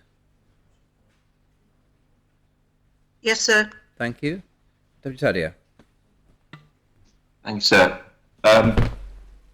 So I don't need to repeat the point that I know that everyone's motivation is correct and that there's widespread frustration about accessibility to housing and the fact that we have a housing crisis. And I don't think that the owners of the field should be criticised for responding to a call for possible sites. They did that and they went through a process and it was found that their site wasn't appropriate. Sir, I've already said that I don't want to be glib this morning, so I won't say that you could, for example, say that you want to build housing on the moon and that it might be a really great place to build housing, but it only failed on one point, which was accessibility. Apart from that, there's lots of open space up there, and it might be great if we could sort out the atmosphere problem. So it might actually be failing on 2 points, sir. The point I would make to the Minister, who is a Minister, and who I know stands by process quite a lot, he considers process to be a really important part of government. And I would say to him, how would he feel if every student who's done a GCSE, an A-level, or an HND, whatever qualification it is, were to come to him and say, you know what, my son, my daughter, they just missed out on such and such an exam by just 1 point, and if they'd have got that point, they might have got the requirement to do their A-levels, to get into Holyoke, to pass for one of the sixth form colleges, or to go to university, but they just missed out on their exam by 1 point. And of course they went to the process, so we conferred, and they went through an appeals process, but they somehow managed to find a states member who could advocate for them, and even though they've been through the proper process, put a proposition in to ask for special pleading. And that's kind of what we have here, really. So we've got this field which the Deputy thinks is an appropriate field to develop, but the process, his own Minister, and the process that it's been through with the planning inspector doesn't think it's an appropriate location. And clearly the Parish Assembly, I think, has also told us this isn't an appropriate location for our housing. So who do we listen to? Do we listen to the Education Minister who wants to help somebody who responded to the call but lost out by 1 point, or do we go with the process and the parish there? I think I know which one I'll tend to go with, but I'm certainly going to listen to what the Deputy has to say in summing up. I'd also like to hear from the direct representatives of the parish if they're able to elucidate further, which I'm sure they will. Thank you, Deputy. Conatable Greville. Thank you, sir. As I explained last week, we had a parish requête where people were allowed to come and express their views. And I do accept, I think it was Deputy Martin who said that maybe some people on the affordable housing, who want affordable housing, may feel intimidated about attending parish assemblies and certainly may not feel free to speak at them, sir. But every time we publicised the meeting, and there was an article in the Evening Post, and I said, please email me, sir. And I only had one email, and that was very disappointing for me because I do know there is a need out there. And even if I'd had a handful of people at the parish assembly, I can act independently in here, and I would have tried to provide some housing for that minority. Of course, I know they exist. I'll read out the proposition at the parish assembly, and it included some of the fields that have now been withdrawn. It was to request the Constable to relay to the States Assembly There are strong objections on environmental and other grounds to the proposed rezoning of affordable homes of the following fields in Grouville, and their opposition to proposed amendments to the island plan, and it refers to this proposition. So, as I explained last week, I took a show of hands, and there was not one hand that went up for these fields to be rezoned, not one. So the term strong objection, well, it couldn't really be stronger. And as I said last week, the passion amongst the members of the audience that evening was palpable, sir. So I can't express too much how much the parish is against it. I'm a bit disappointed that Deputy Whittington didn't speak to me about putting this proposition forward. If he had done so, I would have explained to him that I wasn't prepared to propose them and had been asked to do so. And indeed, I have always objected to these fields on a number of grounds. As you know, members know, sir, that I'm a retired farmer, so I've actually worked these fields. They're extremely good fields, sir. They're last resort on the Farmers Union scale. As I explained last week, it's a bit of a microclimate down there. It's really good early land that you can grow just about any summer crop that you could grow in Jersey down there. It's true that it's you couldn't harvest over winter crops, but that's why it's so important environmentally. And I'll come to that a little bit later. Lots been mentioned about NIMBYs, and I still think it's a dreadful term because it will affect people's enjoyment of their houses. They'll probably overlook the countryside. And whilst it's not a very good reason for not rezoning a field, I actually acknowledge that those people's lives and the value of their houses will be diminished. As agricultural land, what people may not realise is the size of a field is important. If you can imagine two fields that are the same width, and one of them is 4 verges and one of them is 8 verges, whatever operation you do the same number of turns when you're cultivating the field. So the downtime, the wasted time, is double on a 4 verge to an 8 verge field. And these are both approximately 8 verges, these two fields. They're side by side. So equally, if you take your harvesting gang, which is tractor and trailer, 2 vans, probably £100,000+ worth of machinery, plus of course the staff who are, by the time you've paid social security and holiday pay, 10 people, you're on £120 an hour. Every minute counts, and the time from one field to the next, or from the farm to a field, all adds up.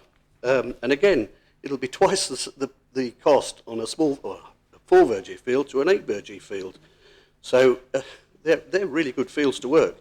As I explained, it's sandy soil for potatoes and other root vegetables, very easy to harvest. I was very impressed by the Constable of St Lawrence, who mentioned short turns. Some members won't know what she was referring to, but the shape of the field is important as well, and the longer and the straighter the fields, the easier and more efficient they are to work. Obviously, the ribbon development argument doesn't really fit in here. On the other hand, if you turn off the Coast Road, Grand Route de Sablon, and you turn up towards Fovic Crossroads, which carries on to St Clement's Church, you're on a country road with countryside either side. And I ask the question, is this the beginning of the new ribbon along that road? Because it is. It does border the main road. The other day I asked members to imagine just if we didn't have ribbon development along the coastal road, or along the coast road, then I suspect that this whole area would be similar to St One's area, and we would have an eastern coastal park and a western coastal park. And just as we wouldn't dream of putting a 17 verge development at Les Miels, we shouldn't be doing that here either. There is no village around these fields at all. At least the Minister's Field, a quarter of a mile up the road, had built up area to the north and between the main road and the sea. There's only really one row of houses. I think there's a couple just on the corner, and on the coastal side of the main road, there's only one house. So this is hardly a built-up area, certainly not a village. And it's not really that close to some of the amenities. It's true, there's a farm shop there. If you've not been at Homegrown, it's fantastic. but it's really niche market products that are sold there, some really different products, but it's not somewhere that somebody who's living in an affordable home is going to do their daily or weekly shop, because the Co-op, which is a fair way away, or Iceland next door, that's the sort of place where you get really valuable food. So I can't really see any merit in this, and the Deputy was right that, yes, I would like to provide some affordable homes, and the site I had was also rejected. It had a lot more going for it than this site, and the big disadvantage with it, which was is that its proximity to Grooville Marsh. So, sir, I can't think of any good reason for this proposition to go forward. Nobody's in favour of it. The Minister's against it, the planning inspector, the land control team, the farmers' union, the parish, me, and old Uncle Tom Cobley, sir, are against this proposition, and I urge members to reject it. Thank you, sir. Conor, will you accept a point of clarification from Deputy Higgins? Yes, sir. Deputy Higgins. Thank you, sir. The proposer in... am I getting an echo there? Not too bad, no. Okay. The proposer in his report mentions that Grooville has only built 6 affordable housing units in the last 20 years. Can the Constable just remind me what fields have been put forward by the parish that have been accepted by parishioners in the island plan this time, and why they have not put forward others in the past? Thank you, sir. Well, the first point of clarification, you did mention the what you proposed to the Minister. The second part probably isn't. But Conor, do you want to respond to that point of clarification?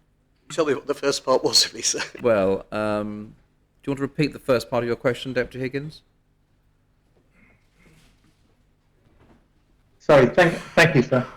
I mentioned, first of all, how the proposer in his report mentions only 6 affordable houses have been built in the parish in the last 20 years. And I asked how many proposals being put forward for building in the parish over the last 20 years have been accepted by the parish. Thank you, sir. Well, that was the part of your question I disallowed as not being a point of clarification, because it wasn't mentioned by the last speaker. With respect, sir, he did mention that the parishioners had voted down all these things at this recent meeting. Yeah. And I believe that's been the case in the past. So I'd like clarification on that, because if we are being asked to vote, I would like to fully understand the parish's contribution to affordable housing in the island in the past. Thank you, sir. I'll allow the question in the circumstances. Conor, can you respond to the question? I think so, sir. I can't remember us actually having a full parish meeting to decide upon sites. The 6 houses that were referred to, the parish wasn't involved in. We were hoping to be involved in the whole of that project, and we were actually in discussions with the landowner long before the island plan process started, or certainly a year or two before. There is another affordable house site on Rue de Moultier. I'm not sure off the top of my head how many houses there are there. So there has been some. I openly admit that I should have perhaps tried to get the parish on board with the site I was proposing, sir. And that was a mistake, because I know there were a lot of people in the audience the other evening who said to me afterwards, actually, that maybe a lot of them said, well, these aren't the right sites, we'll have to find somewhere else. That's very difficult, of course, and a number of them did say to me that if you could mitigate against the fact that it was near the SSI and we had a big enough and well-managed buffer zone, that it may well have been an option, sir. But to my knowledge, we've not had a parish assembly to vote on sites as such. Thank you, Conor Darb. Deputy Greville. Yes, thank you, sir. I'd just like to say that I am against these sites. It has been the question has been asked, why haven't the elected members been bringing this forward? And it should be Deputy Wickenden. The simple answer to that is I was asked to take these fields forward but refused because I don't agree with them, purely for the reason that these are very good, this is good agricultural land, and for the same reasons, well, similar reasons as the field that I asked to be withdrawn, which was field 392A. They are in active agricultural use, and that's why I refuse to take them forward. Also, just to answer a few points that have been raised, I have been extremely disappointed in the process that's taken place here, especially in Grouville. I wasn't a party to a planning committee that was set up by the constable to look at sites, which I think was unfortunate that the elected members were not included in such a process. And I think we should have been, and we should have held a proper parish assembly where all views could have been taken into account for all the sites. So I don't think that the process has been terribly well thought out in the parish. However, having said that, Deputy Tadier raised the issue about, we've had the planning inspector look at these sites, and the minister has put certain sites forward. So why is this happening? Why are elected members bringing other sites forward? Well, I would just say to Deputy Tadier, I'm glad that members have the opportunity to bring different sites forward, because quite clearly with site 392A that we voted on last week, the inspector approved the site, but clearly it is the democratic process that should decide these things. Yes, we can listen to the inspector and their views and opinions, and the views and opinions of the planning minister. That all feeds into the democratic process. But I always felt the field 392A was the wrong site because of the ribbon development, because it was agricultural land. It was simply the wrong site. And with due respect, we know the area far better than the inspector that's been brought over here to look at a site for sort of 5-10 minutes. So I'm glad that there is a democratic process, and this is it, Deputy Tadier. So we can all communicate and discuss the sites put forward, but we don't always have to agree with them. Thank you, sir. Thank you, Deputy. Does any member wish to speak on this amendment? The Minister. Thank you, sir. I think members, I have to advise members of a number of very significant factors in this decision. First of all, this is the largest site in the entire Bridging Island plan for housing that we are making decisions on. That's really important. This site we are talking about would produce, on the figures I'm given, 102 homes. Now, we know this part of the island, this southeast corner. There is no question in my mind, this is a rural corner at the moment. I think it's part of the charming area of flatlands on the edge of the coast there. And this would absolutely transform its character if these were approved. And of course, if that's not enough, we've got currently 2 live planning applications to the west, where those applications are out to public consultation at the moment. They've not been agendaed for any planning committee. They are major applications. They are immediately adjacent to the sites we are discussing here. And at the moment, the planning officers have asked me to make a decision as whether or not I call a planning inquiry, because the scale of this development would be so big as to have major implications for that area. And so that's a decision that I chose not to make, whether or not to do that until I know what's happening with this proposal being lodged by Deputy Wickenden. And again, I have no criticism of the intention. I think we are in this situation where, for me, it is regrettable that we've ended up abandoning and rejecting what are the best sites under our planning process, but that's behind us. But there are very, very significant effects for going for some of these sites which came forward late in the day.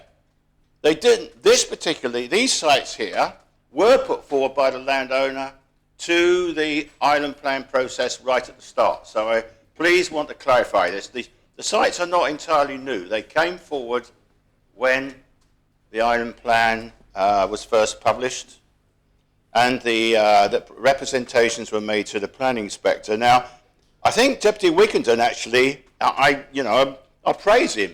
He's actually picked on quite a number of positive points in his when he proposed the proposition. But my duty is to advise you of the negative points. There was one very significant inaccuracy in what he said.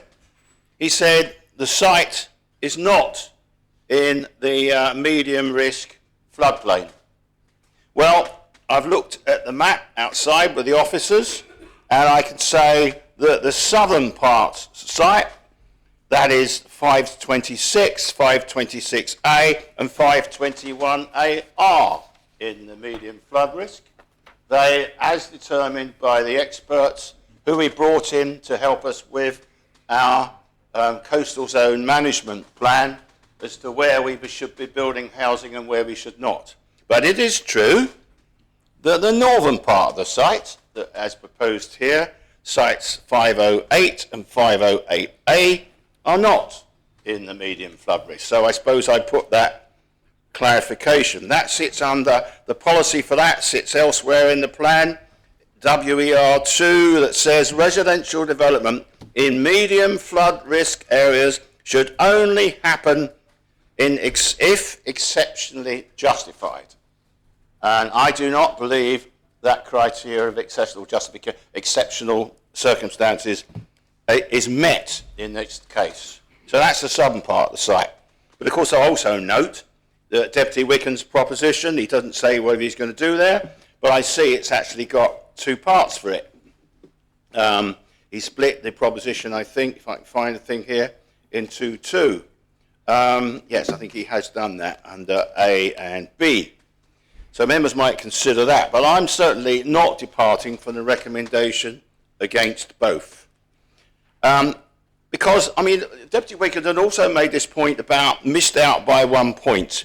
I think I'd like to explain that the point system was used at the very first stage of evaluation, because when you get hundreds of sites, one has to do a screening.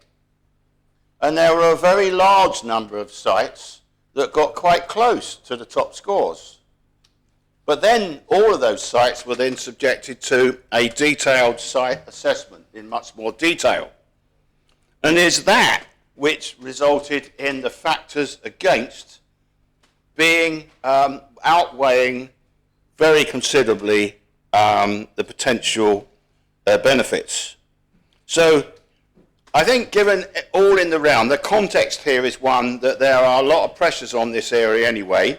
We have a live planning application that will replace or propose to replace what is there with a hospice shop, with a residential nursing home, and energy centre, what's called, which is all the plant and gubbins that are required, sorry, I excuse my phrase, sir, the infrastructure, to enable the greenhouses to go into a cannabis facility, which would, of course, then, if this zoning is approved, then the housing estate will be immediately adjacent to the cannabis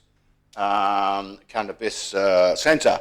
But of course, at the moment, that does not require an application unless they do any processing there, or if there's any infrastructure needed. That's why they put in for the energy plant.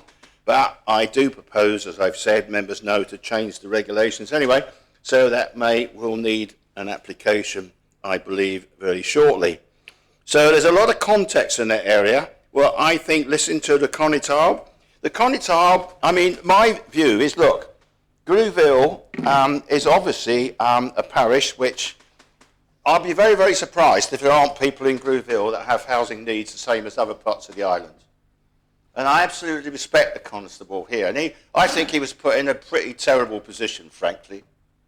And I think what was unsettling is the very large number of amendments that came out of the woodwork very late. Now, Deputy Grouville is absolutely right. It is members' democratic right to make democratic decisions, so I'm not criticising that. But of course, that did lead, when we had so many in that part of the island, so many. But what happened was, the end result of that, I can understand it, is that the site that came out best, impacted least, would have provided a small amount of housing, but a valuable one for residents of Grill has gone, has been lost.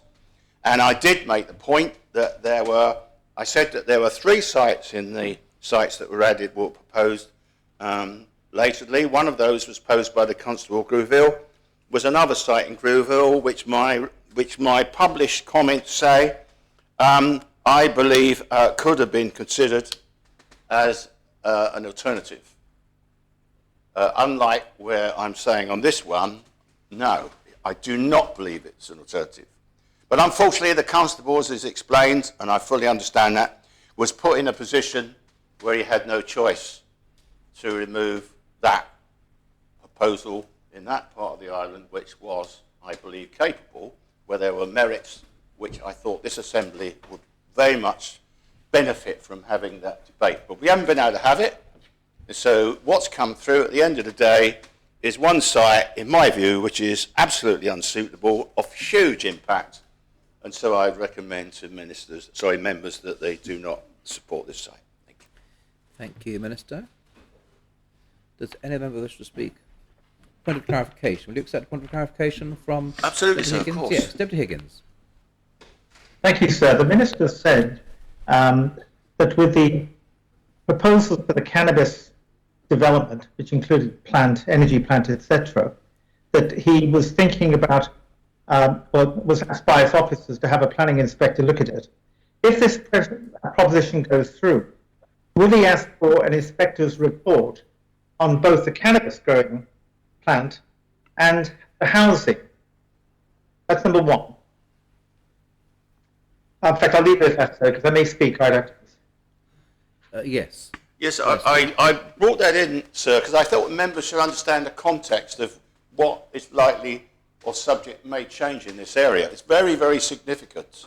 I have not made that decision yet, but the advice I've received is that certainly, if this housing development were to be, the zoning were to be approved, it absolutely meets the criteria of a planning inquiry, which would have to take place, but not a planning inquiry to the zoning. That would be if the states make that decision and the plan is approved, that is a fact.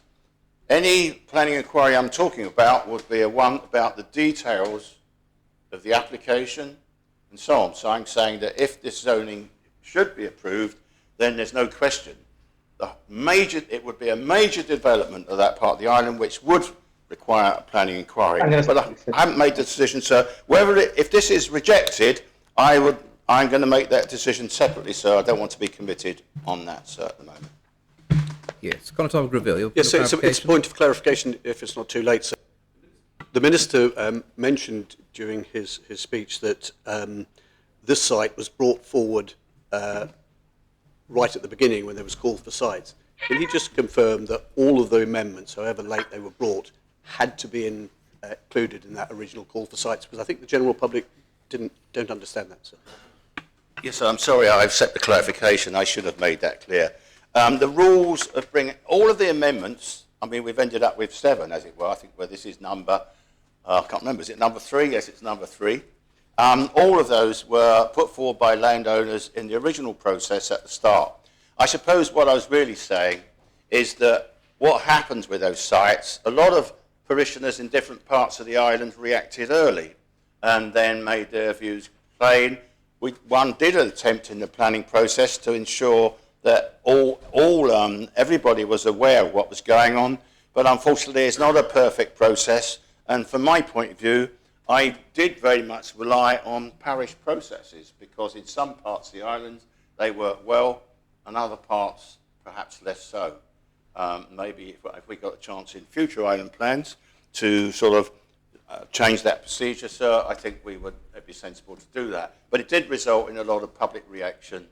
That's what I meant. And I think that did worry people, quite such many sites. There weren't that many sites in other parts of the island. Sorry, sir, for that clarification. That's what I should have made clear. Thank you.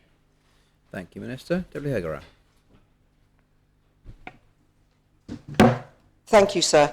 I haven't really spoken, apart from obviously the ones I brought forward myself, in relation to many other propositions brought forward or amendments. My observation is this in relation to Greville as a whole. I do go to the parish quite often because it borders with where I live as well, not obviously in that area, but my observation is this: it is actually very much flood, and I've noticed that when I do go round, that at certain times of the year there's a lot of the fields which are flooded. There is a lot of water around that area. When I visited along with 3 of my fellow constables on the trip prior to the debate last week, the officers from planning advised us that obviously it was a medium flood risk, and I can understand why. So I just wanted people to be quite aware that it does flood. It's not, oh, that might happen occasionally. I've observed by going around that district that actually it floods quite a lot, I would suggest. And so for me, sir, that would be a concern about the fact that it's classed as medium flood risk, because I think it actually is, but also the site, the largeness of the fields, for me, is a real concern. These are really good working fields. You're talking of 8 verges plus and nearly 8 verges. They are significant fields, sir, and so I couldn't possibly support this amendment. Thank you, sir. Thank you, Deputy. Deputy Higgins. Thank you, sir. I'll be exceptionally brief. I'm concerned about equity. Equity in where we build houses. Now, St Helier, St Clement, St Saviour and other parishes have borne the bulk of housing islanders. And it appears, obviously from what the proposer has told us, only 6 affordable houses in 20 years and very little in the way of development, that Greville is not burdening much of the burden. And so I do think, is it NIMBYism? Is it the fact they don't want to have large numbers of houses built in their parish, which is very quaint, and I must admit it's a very nice parish, but are they carrying their weight? So that's one point. Secondly, the inspector, going back to what the minister said, if this proposition is passed, things like drainage and flooding, things about its location to a cannabis farm and processing, if that is agreed, but that will be, I would think, reviewed at exactly the same time as the housing proposition. And equally, the number of houses that could appropriately be built on the site would be considered by the inspector. And I personally am leaning towards supporting the amendment. Thank you, sir. Thank you, Deputy. Does any other member to speak on this amendment? Deputy Ward. Thank you, sir. I just got there. There was some competition there, sir. I just wanted to ask a couple of questions of the proposer. I was looking for how many homes would be built, and the minister, sir, suggested that it would be around 102, and perhaps he'll nod at me if that was the correct number. It mentions in the report that they can go to school at Greville or La Rocchia. I'm sure that the proposer as Education Minister will probably have the numbers at his fingertips, so that's why I asked the question. was how many young people does he feel would therefore be going to Grouville Primary School from this development? I know Grouville very well. My children went there actually, and I know it's very full up, as most of the schools are on the island. What I'm worried about again with another development is the talk of affordable housing. I look back on the vote for affordable housing on the waterfront development of a minimum of 30%, and I noted that the proposer voted against that. So when there was an opportunity to provide more affordable housing, that was voted against by this proposer. And I'd be interested to see what happens when propositions come forward or amendments come forward for more affordable housing on state-owned sites, to see how the proposers for all of these fields vote for affordable housing then.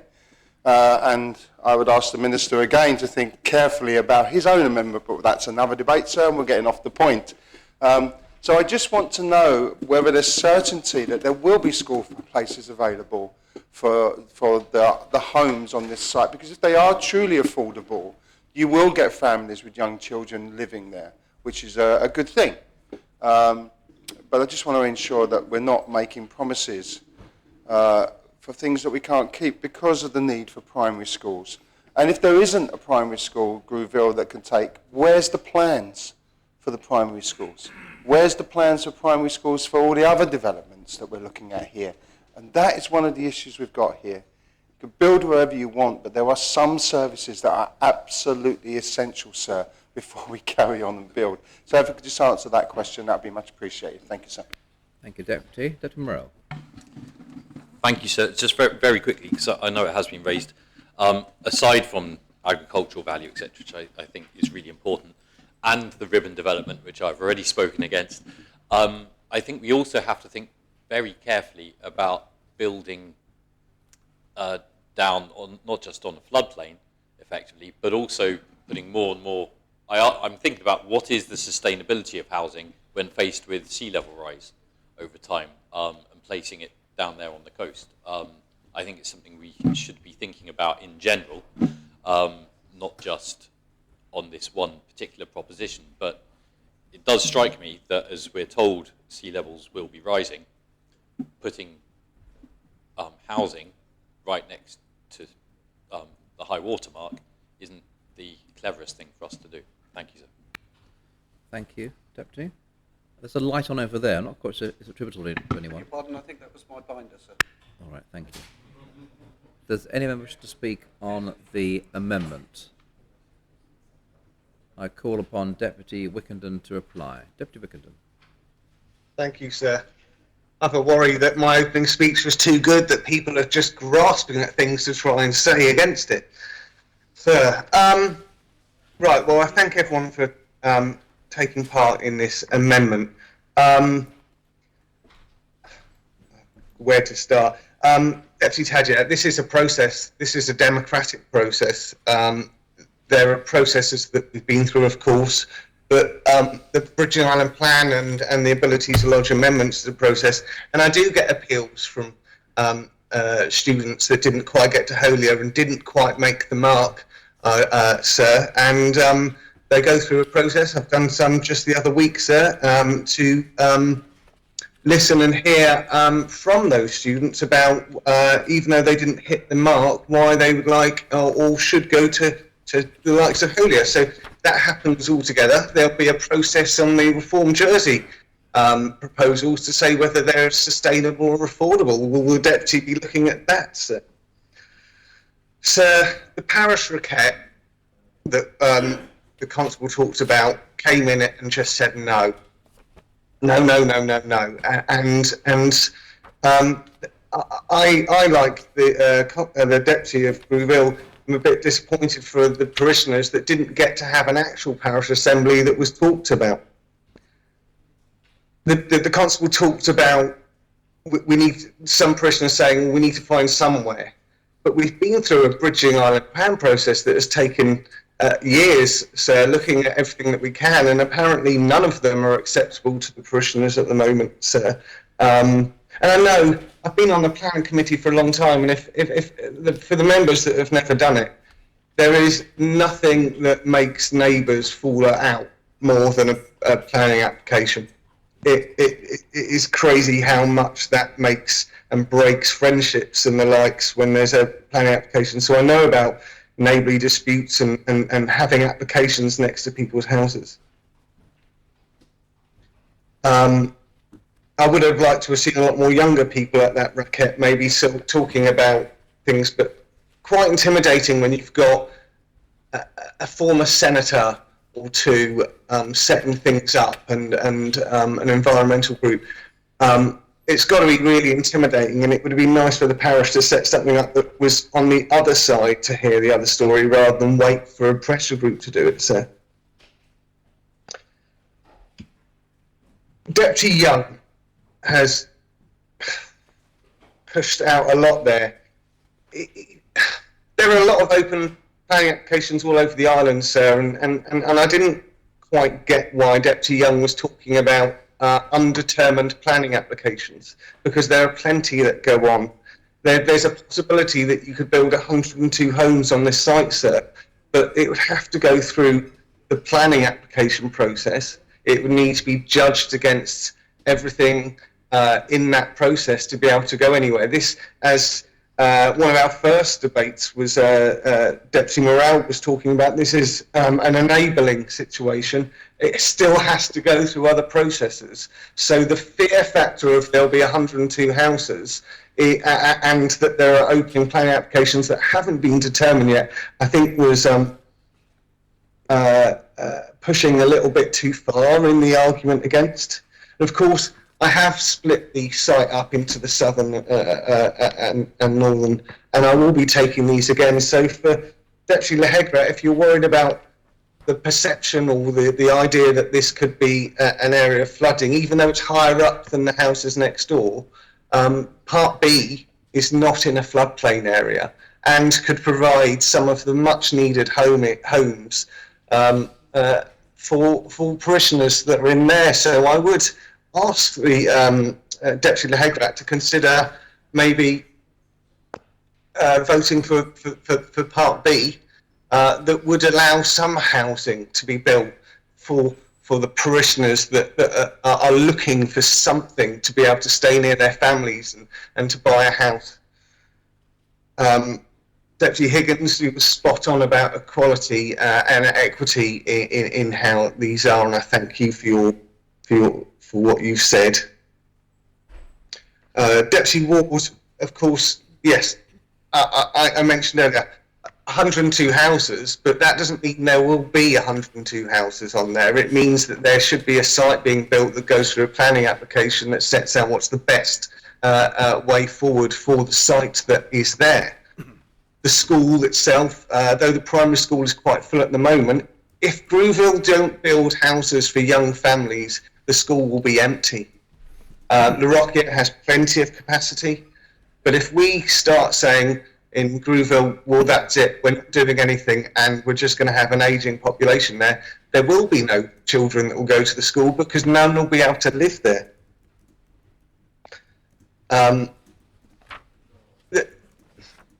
Deputy Gida talked quite well early on last week about the difference between building in town and in some of the places and building on open, clear sites out in the countryside, and how that makes a difference within the building and creation of affordable housing and its affordability on sites such as this.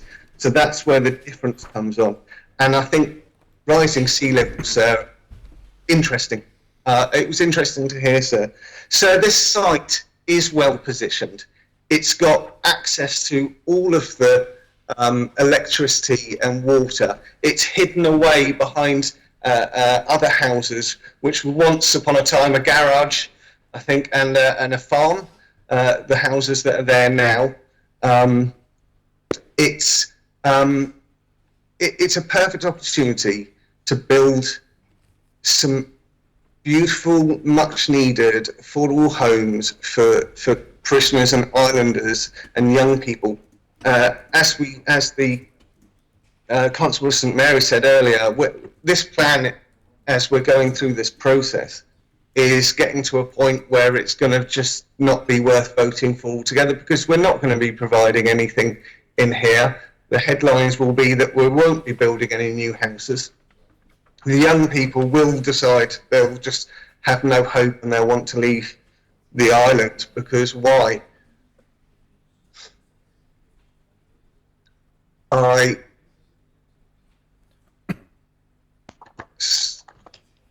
just going to go to my notes more, sir. So, this may not be the best site. It's better than the site in St Peters that we have passed, sir. The site in St Peters was on better agricultural land, and it was big fields right in the middle of the parish that will change the view going through that parish considerably. This, at least, will be hidden away, and is in my view, far less damaging to agriculture and landscape and the setting than this one. And that surprises me that the minister has chosen to accept such and then is turning down others, sir. So I think I would ask members to consider, if you can't do and you're worried about flooding, don't do A, but to consider B, so we can build these houses that are required. This site is far less damaging than others that have been done and could really, really help. Grooville have got no other option. Everything else has been removed, sir. This is the only last hope for the young families in the parish to be able to think that they be able to afford to stay in the parish. And with that, sir, I propose the amendment and ask for the appel. Clarification, please, sir. Yes, you're going to say that he's got A and B the wrong way around, are you? Yes, sir. I was going to say that would the proposer accept that it's actually Part B that's in the flood risk area, and it's Part A of his proposition that isn't? Yes. Do you accept that, Yes. Deputy? I will accept that, sir, and I thank for the clarification. So you're asking, Deputy, for the Assembly to consider A and B separately, yes? Yes, please, sir. And to remind members, A are the two fields not in the medium flood risk area, and B incorporates two fields that are in the medium flood risk area. The appel has been called for. Members are asked to return to their seats. Those joining the meeting via the Teams link are asked to cast their votes in the chat channel, and ask the greffier to open the voting for members in the chamber. Members are considering Part A of the 67th Amendment.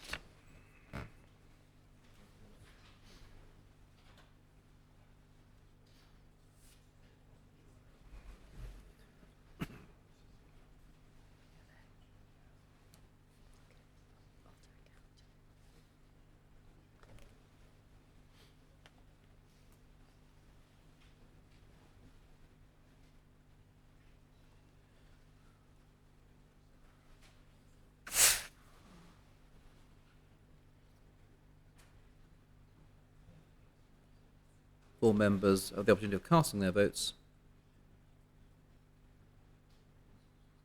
I ask the greffier to close the voting.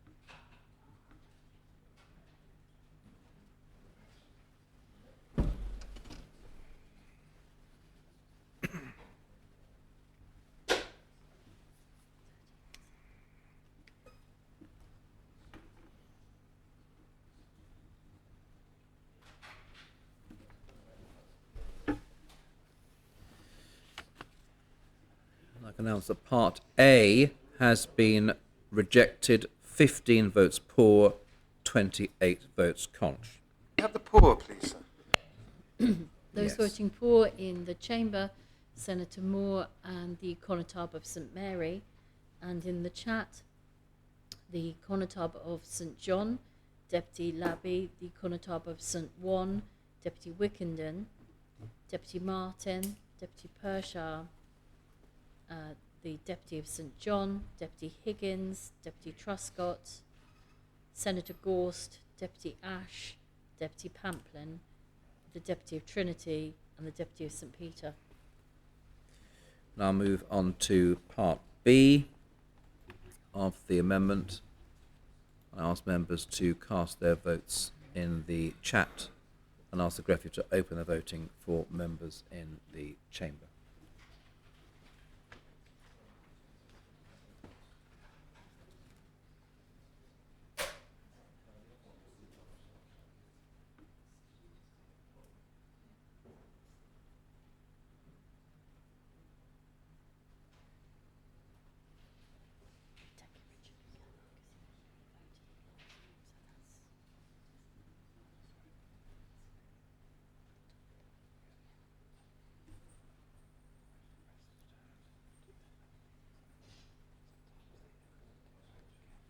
All members have the opportunity of casting their votes. Then ask the greffier to close the voting.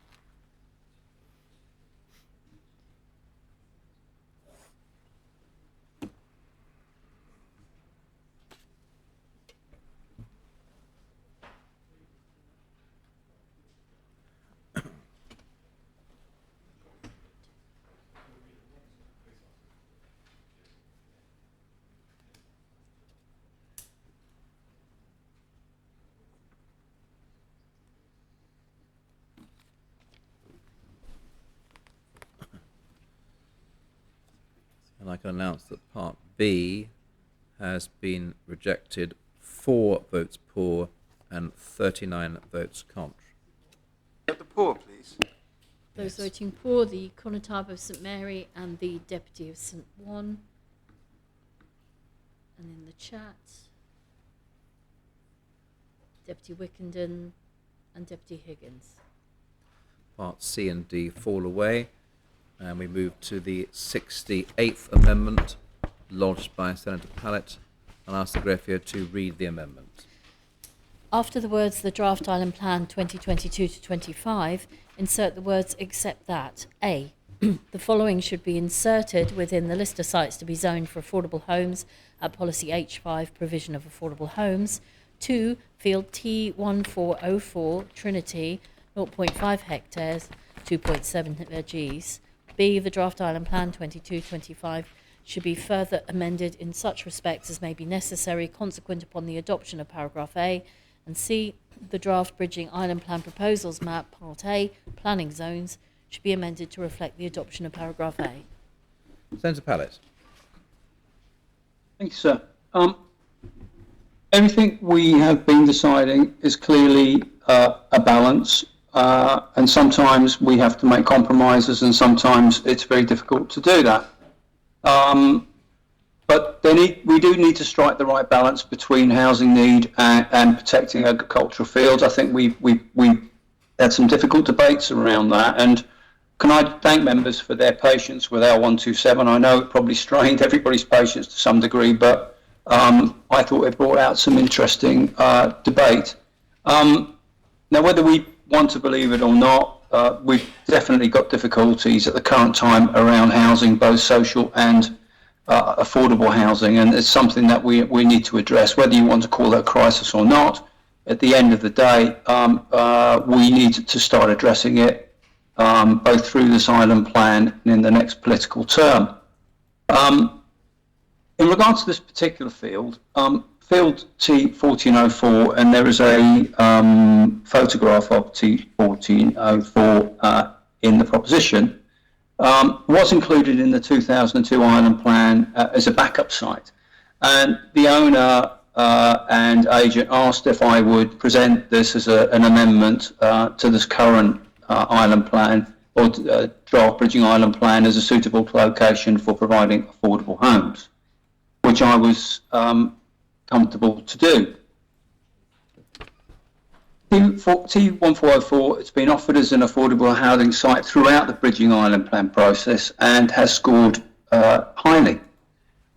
T1404, in fact, has scored as well as some of the sites that have been recommended for rezoning, some of which we've now refused. So I think we're in a position now where if there is a possibility to find sites to reasonably rezone without some of the difficulties that clearly were cited through the debate on L127, then I think we should take those opportunities. The inspectors rejected the site on the basis of poor integration, and I'm going to go into that a little bit later on, but it's poor integration within the existing built-up zone. But I want to be clear around affordable housing, and that there's never been any doubt that the homes provided on this site would be to meet affordable housing need. There is no open market homes that are being suggested on this site. It is a purely affordable housing site. Now, whether that's through a parish-led scheme or NDM or privately, or would be assessed through the gateway, or the intention is to do that, the owner is, I think, open to working with any of those groups in regards to providing affordable homes, but he is quite keen to push this site forward and provide some of the homes that are desperately needed. You'll see from the photos and some of the text within the amendment that the site is located, I think probably many of you will know where it is. It's located immediately behind the new co-op at Zion, which the new co-op was built on the old JFTU. That's probably an easy way of putting it. We all remember the old JFTU site there, petrol station, that was demolished, and the new co-op put in place, which has been, I think, a benefit to those that live locally. It provides them a supermarket, I think, closer to hand than they've had for some considerable time, especially with the subsequent closure of the co-op at Zion itself. And clearly, any future residents are going to benefit from that site, so they won't have to drive to the shops. I think we all know there are other shops and services in the Zion Village area that are within walking distance of the site. So I believe, and I think the owner clearly believes, that it very much is integrated within the village setting. Again, looking at the photo, it really marks the start of Zion Village. As you move in, obviously, you get into the more central part of Zion Village, but this is definitely within the environment of the Zion Village, and we believe sits well in terms of being integrated into that village setting. Again, if you look at the site itself, it's surrounded on three sides by development, some residential, some commercial with the supermarket, and some agricultural on the northern side, with a clear open vista to the east. There's been a lot of comment today around ribbon development. This would not be ribbon development. It would be development on the edge of the village, but it certainly would not be ribbon development. And I take on board some of the comments made about ribbon development. Unfortunately, there's been all sorts of damage done with ribbon development, including in St Bellards, which I think I'm afraid, are never going to be able to put right. So I think some of the comments made previously by Deputy Morell need to be taken into account when we are looking at sites. But this certainly doesn't.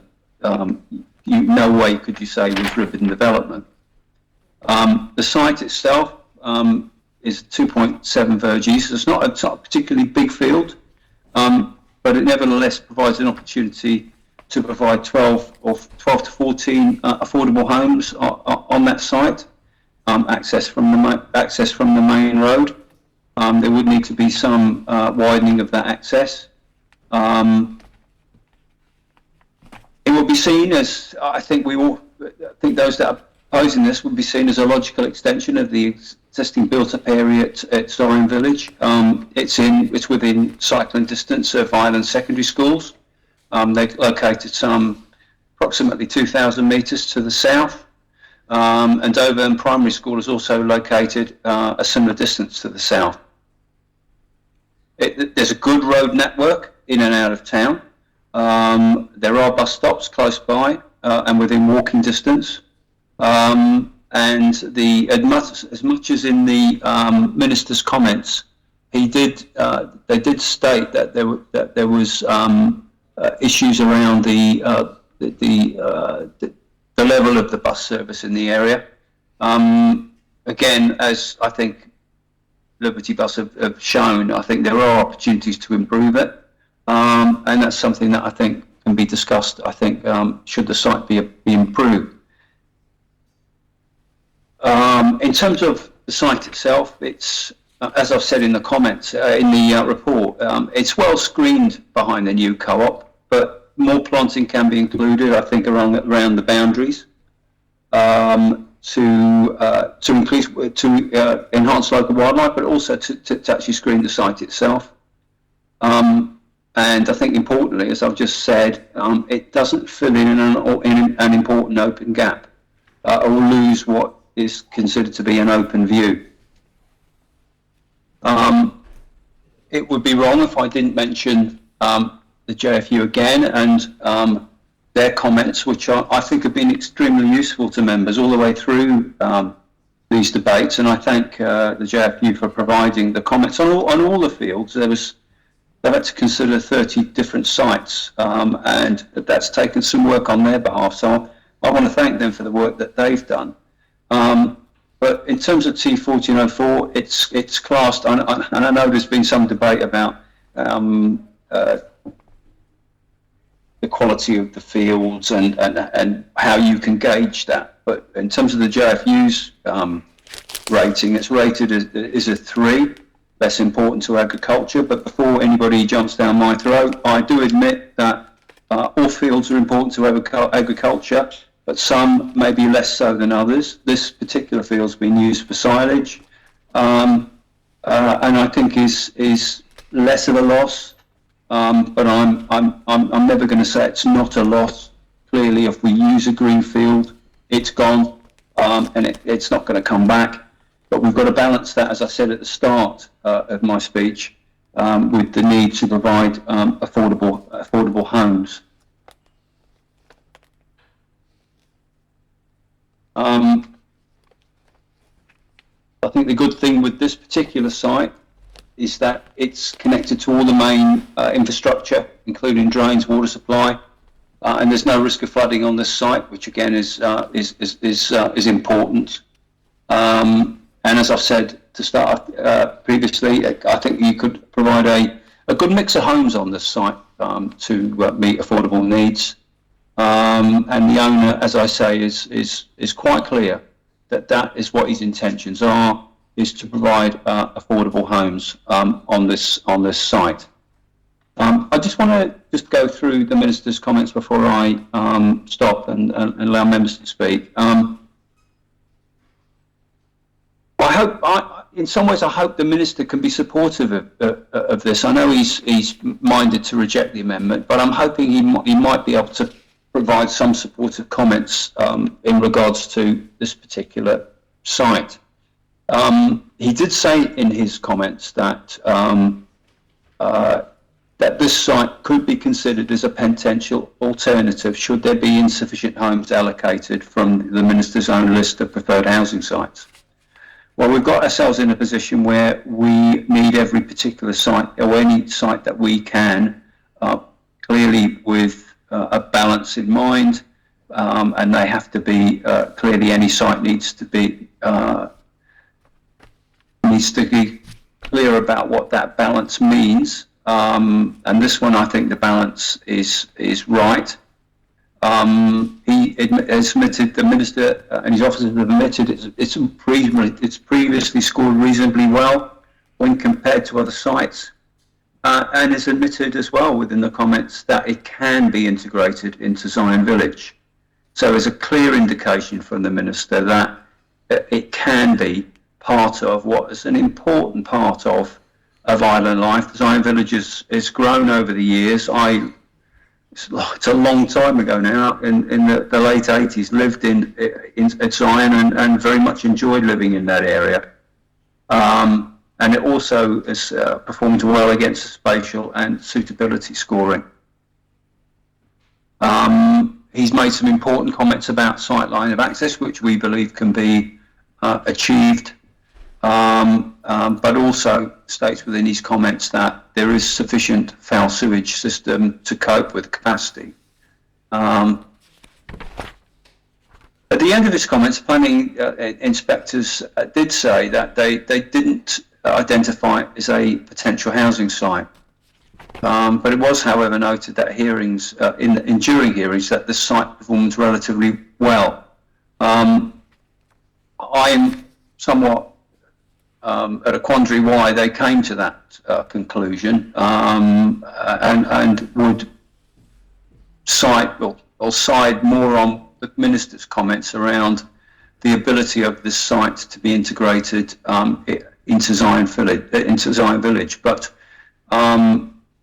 I hope members will look at this as an opportunity to add. It's only a small number of homes, but nevertheless an important number of homes to potentially for affordable housing needs, and would look kindly on this amendment. I didn't bring any of the amendments forward lightly. I brought them forward for different reasons, but at the end of the day, with this one, I am hopeful that members will be supportive, and I very much look forward to the comments of members that have got an interest in this particular site and more generally. So, sir, I think I'll stop there and hand it over to members to speak.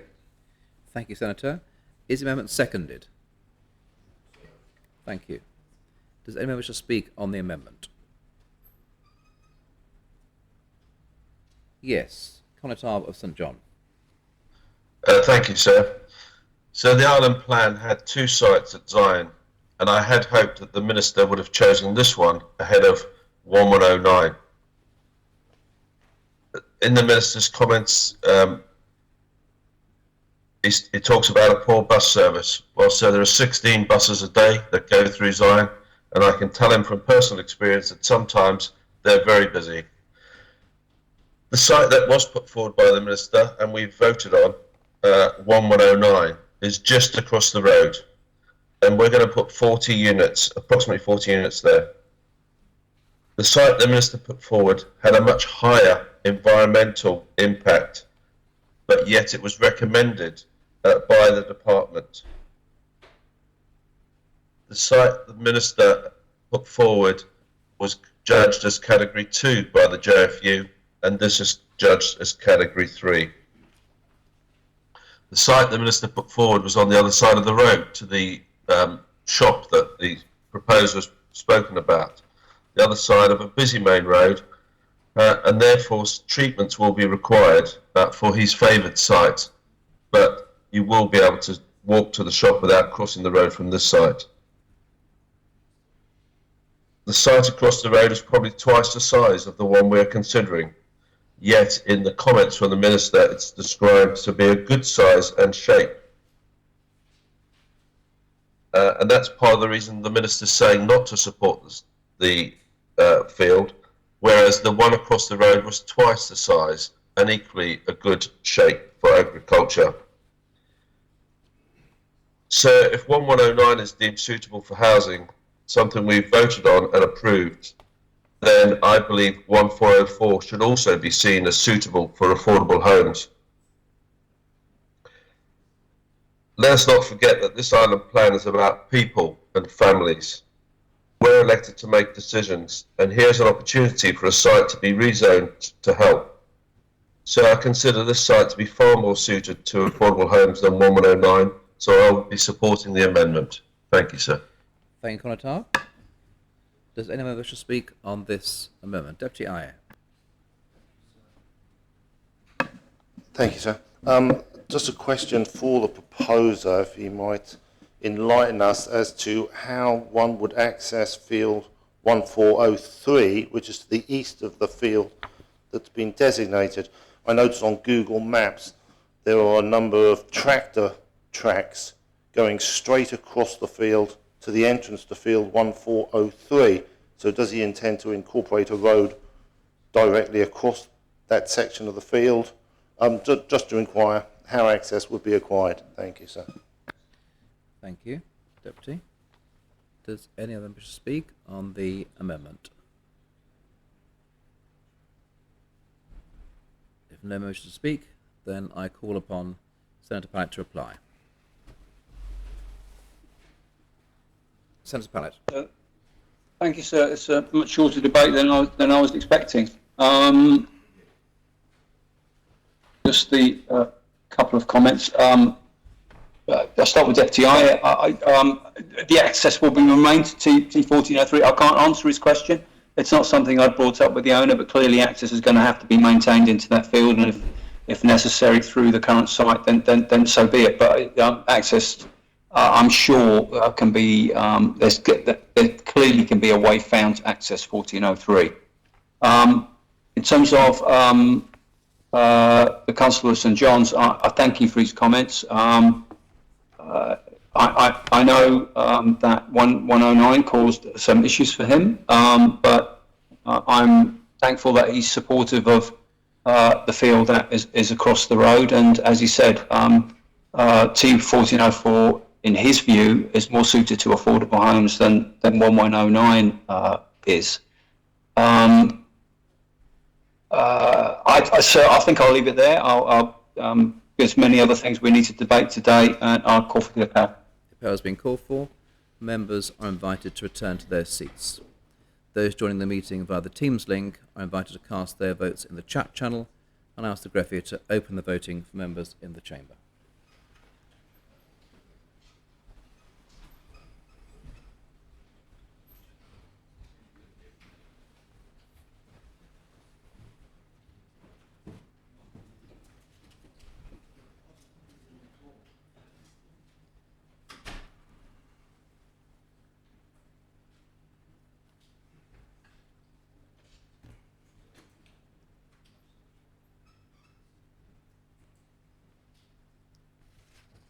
All members have been casting their votes. Then I ask the greffier to close the voting.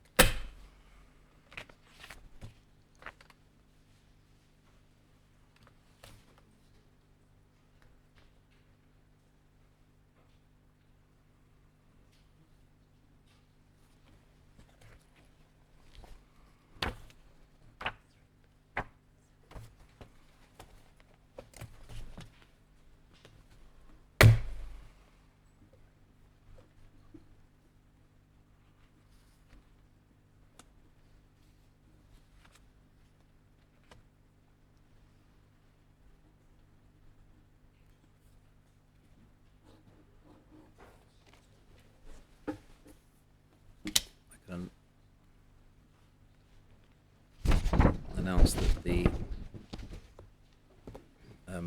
greffier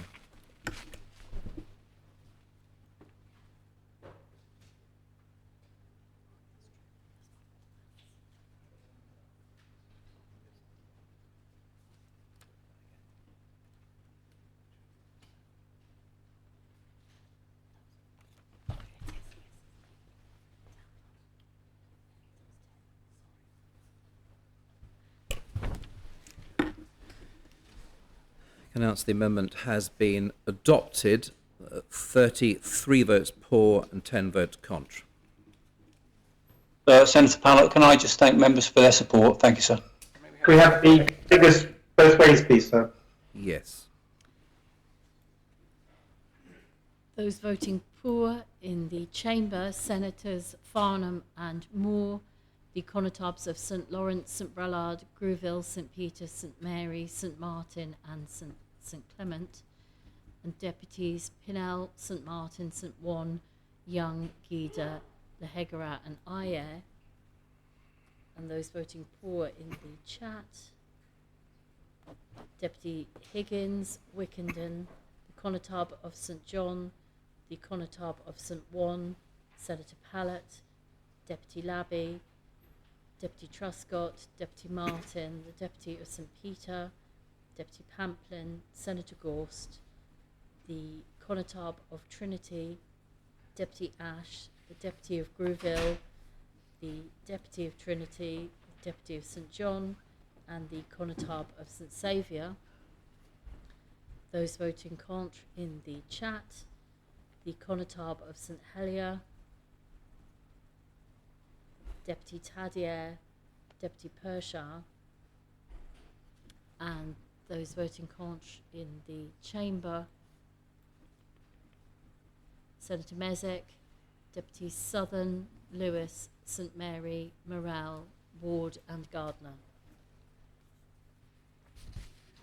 Next is the 69th Amendment lodged by the Connotab of St Peter, and I ask the greffier to read the amendment.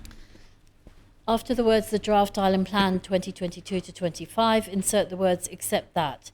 A. The following should be inserted within the list of sites to be zoned for affordable homes at Policy H5, Provision of Affordable Homes. 2.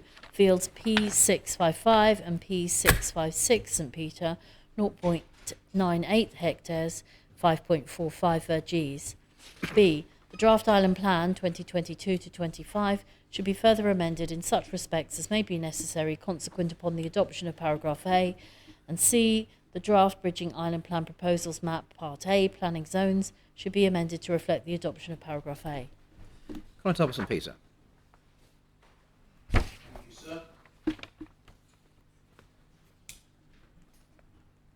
I'm going to start by perhaps explaining why we haven't seen the opposition in St Peter's that other parishes may have seen development. Mike. Oh, sorry. Microphone. Thank you, sir. I'm going to start by explaining why in St Peter's we may not have seen the opposition that we have seen in other parishes. A few months after being elected constable, there was a parish meeting held at the parish hall in regard to the then failed Ville de Manoir development. Many people came who had opposed that development and still opposed development in the parish. However, a large number of young couples and families were also present, and they explained how important that development would have been to them and the need for affordable housing. At the end of that evening, we took a vote on whether Fields 559 and 632 should be included in the next island plan, and it was well supported. In fact, people who had come in opposition actually voted for that proposition because they'd heard firsthand about the urgent need for affordable housing within the parish.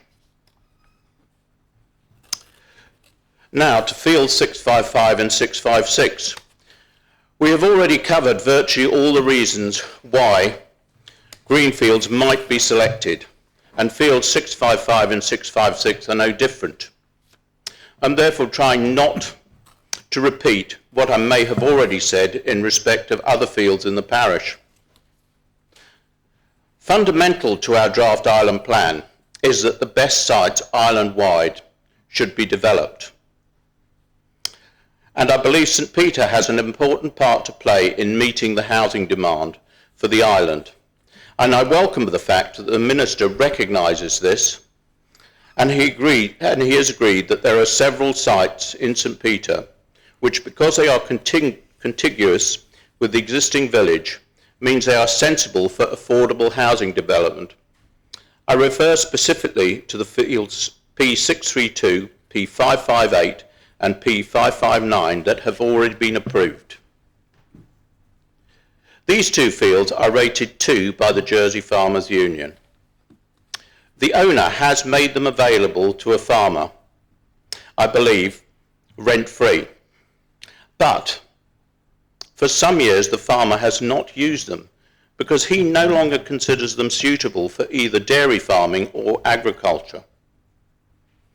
I am proposing this site, which I feel can also contribute to the overall provision of affordable housing without impacting negatively on St Peter's Village. Indeed, the additional housing it can create will help enhance the village community and provides opportunities to deliver a wider range of housing and opportunities for islanders. The Minister's view was that fields, and the inspectors, was that fields 655 and 656 were suitable sites should other proposed sites fall from the plan, which indeed has happened. And I do hope that he now feels he is able to support these sites. I can understand those parishes, in particular St Helier and St Saviour, where they have already made their contribution over the years to the island-wide need for housing and wish to retain their green spaces. Therefore, I have supported all the amendment removing sites from those parishes. I have also made no secret that I do not believe that the traditional parish-type development is appropriate for delivering today's housing. Whilst I wish to see some parishioners benefit from development in the parish, we have an island-wide need, and the St Peter's developments, I stress, are to meet that island-wide need for first-time buyer and affordable housing. The Minister has recognised that the Housing Gateway is the fairest means of allocating the housing within the new developments, and I support this view, and I hope that we will be able to welcome those from other parishes who have not been fortunate enough to have developments close to home. Having several sites presented together therefore allows the parish to consider, in consultation with planning officers, which sites are best placed to deliver the various types of housing and tenures. This may not necessarily be with each site delivering 45% rental and 55% first-time buyer as proposed in the draft plan. But the percentages can be met across the overall development site. And this is why these two fields are so important. And I would ask members to support them being rezoned. We have also considered, and I was keen on some right-sizing development, which the addition of these fields would have allowed. However, I think this may now have fallen away, as there will be a greater need for affordable housing, given that we have now only approved roughly 340 of the 600 affordable housing sites that we had aimed for. All members will know that as important as building homes is, we must ensure that we build them in such a way as to foster good communities and good strategic placemaking. I have been engaging with Andium to discuss how the sites in the village could be developed with community cohesion and sensitive placemaking at the very forefront. Andium Homes has met with all the landowners involved and has developed an outline village development plan which sees the various sites used for the identified types of housing. The benefit of the parish working with Andium is that they are a single non-profit developer working across a number of sites in St Peter to produce all the intended island plan outcomes. And I say again that the overall site, it is intended that it will meet the 45% rental and 55% first-time buyer tenure.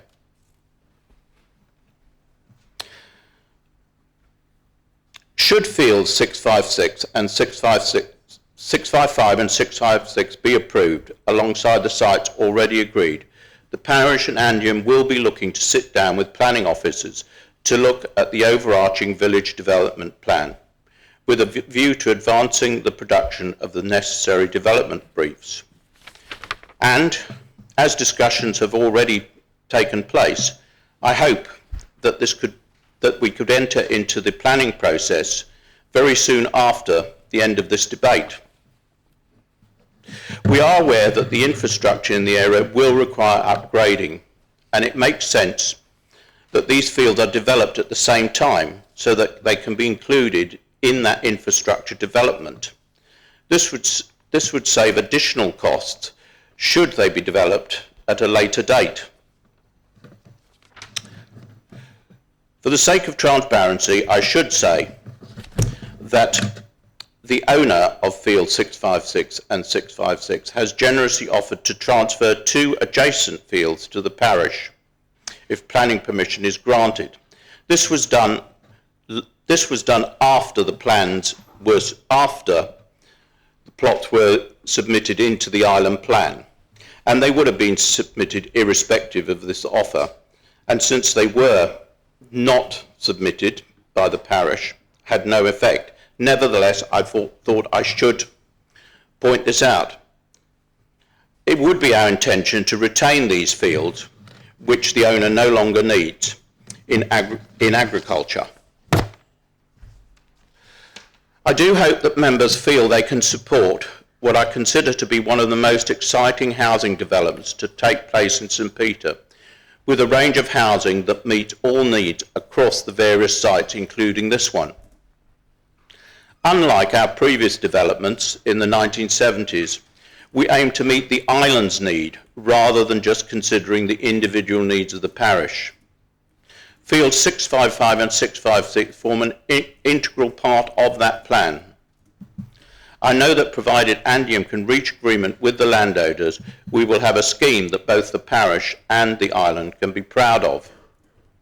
And at this point I would just note, as Deputy Ward has mentioned it in respect of previous site, yes, I have had discussions with the primary school and education, and there are no issues should these developments go place with the capacity of St Peter's Primary School.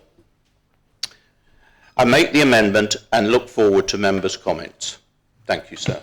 Thank you, Conor Point of clarification. Point of clarification. Accept a point of clarification, Conor? Oh, sorry. Yes. So I believe Deputy Morell was there first, actually. Yes, all right. All right. Thank you, sir. It was just, yes, if the Contab could clarify with regard to 626 and 627, I'm just a bit confused because in his speech he said they'd be retained in agriculture despite being transferred over to the parish, but in the maps here it says community use. If you could clarify, because they are not the same things. Actually, there's no decision for them to be actually in community use.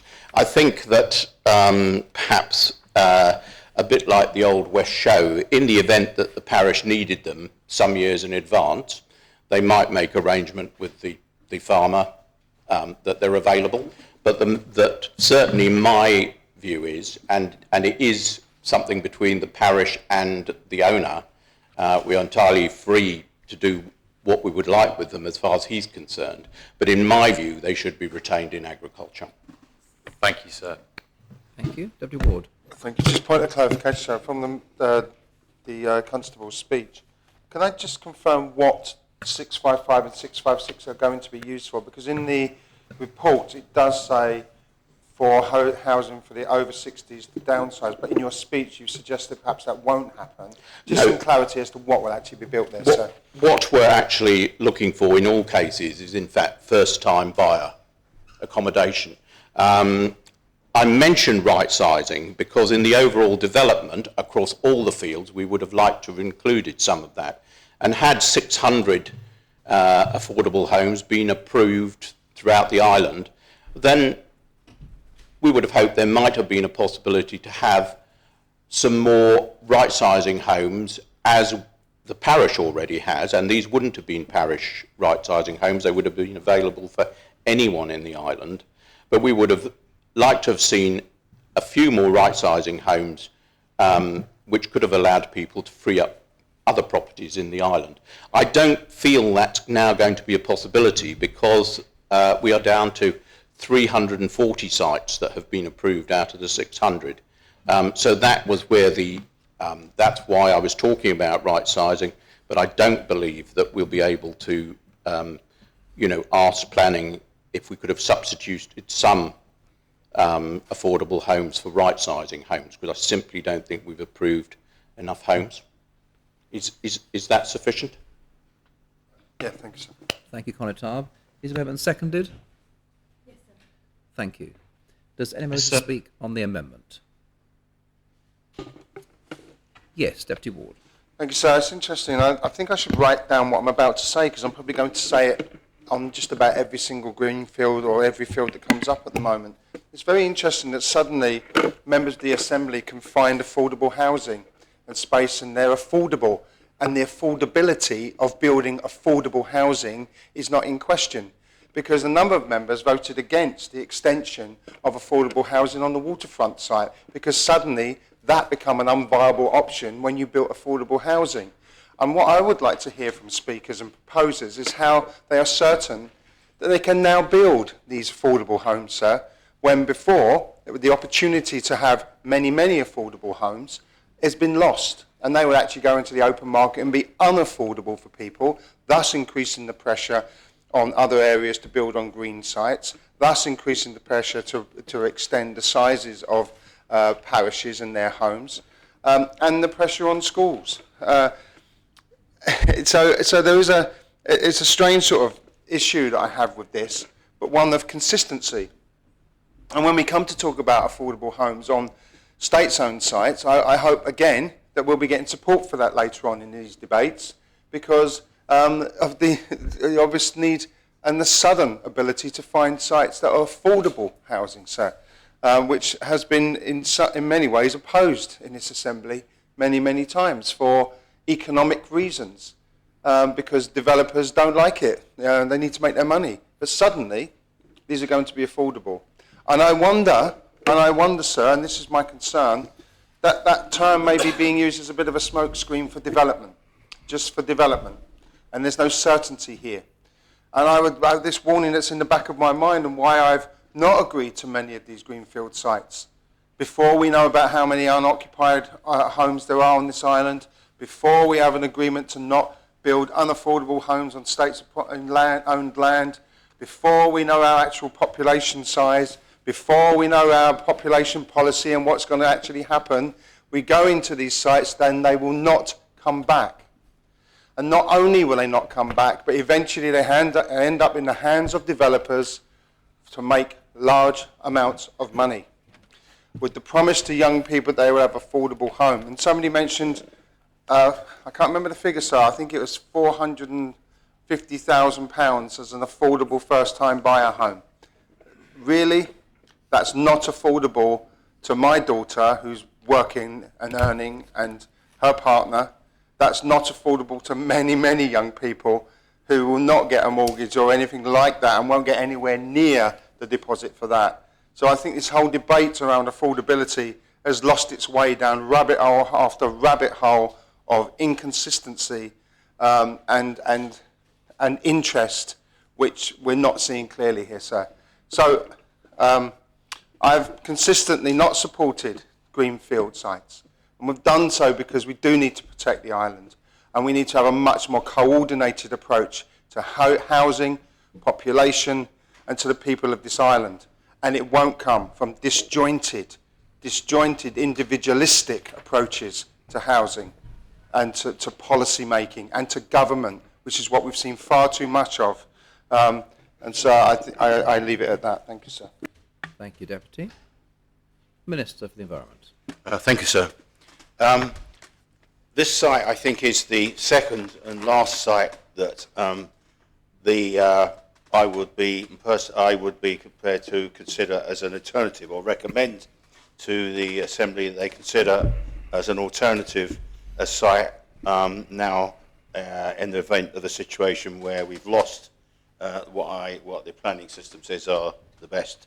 But again, we are where we are. So this occasion, I believe there's a case to support the Conitable in recommending this proposition.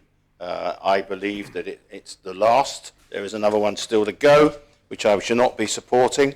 If we do this, members may wish to know, if we support this, this will add another 34 affordable homes, which will bring the running total, and I think it is the final total, to 375 units to what the island plan will include. I believe that's a significant enough, but it isn't just the numbers. The inspector was asked specifically, and I think I would advise members read page 42 of the inspector's report.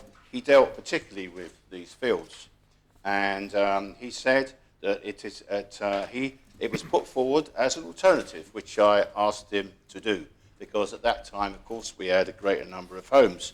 He said that P655 and P656 are well related to the built-up boundary, and this positive relationship has been reinforced by the permission granted in January 2021 for 11 new homes on land to the north of Manor Farm.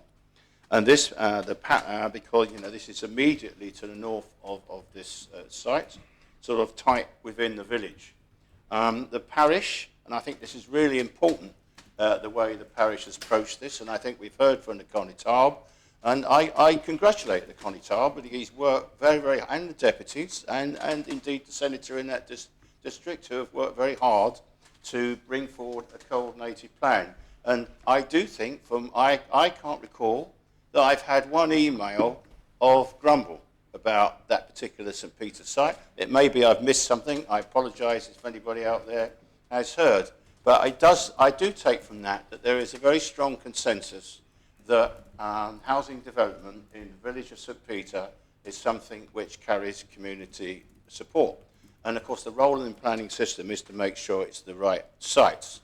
And this, I believe, is the right one. It says here, the parish supports the connection, not least because it offers the prospect of a connection to existing cycle and pedestrian routes.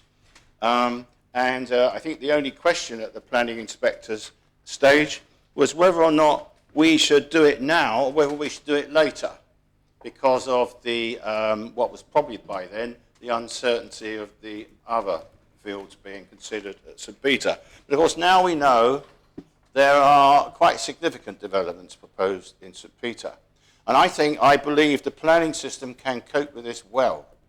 It can cope with it well because we've already said in relation to two of those sites that they should be done in, as it were, developed as part of an overall approach to development. I think that's important because it gives the design work, it gives those bringing this scheme forward the opportunity to work out how the different parts of the developments relate to each other.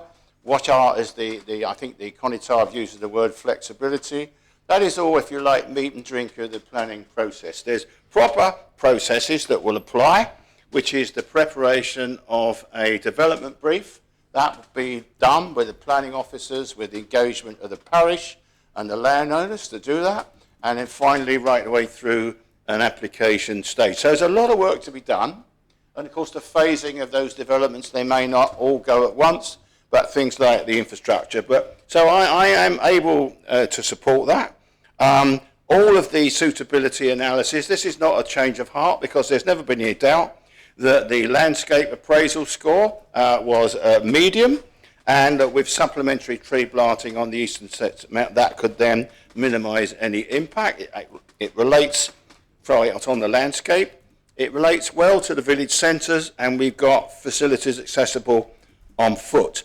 I think there's the issue of vehicular access, and I think that's really important. In other words, that can be done by the southern part. There is access available from the southern part of the site.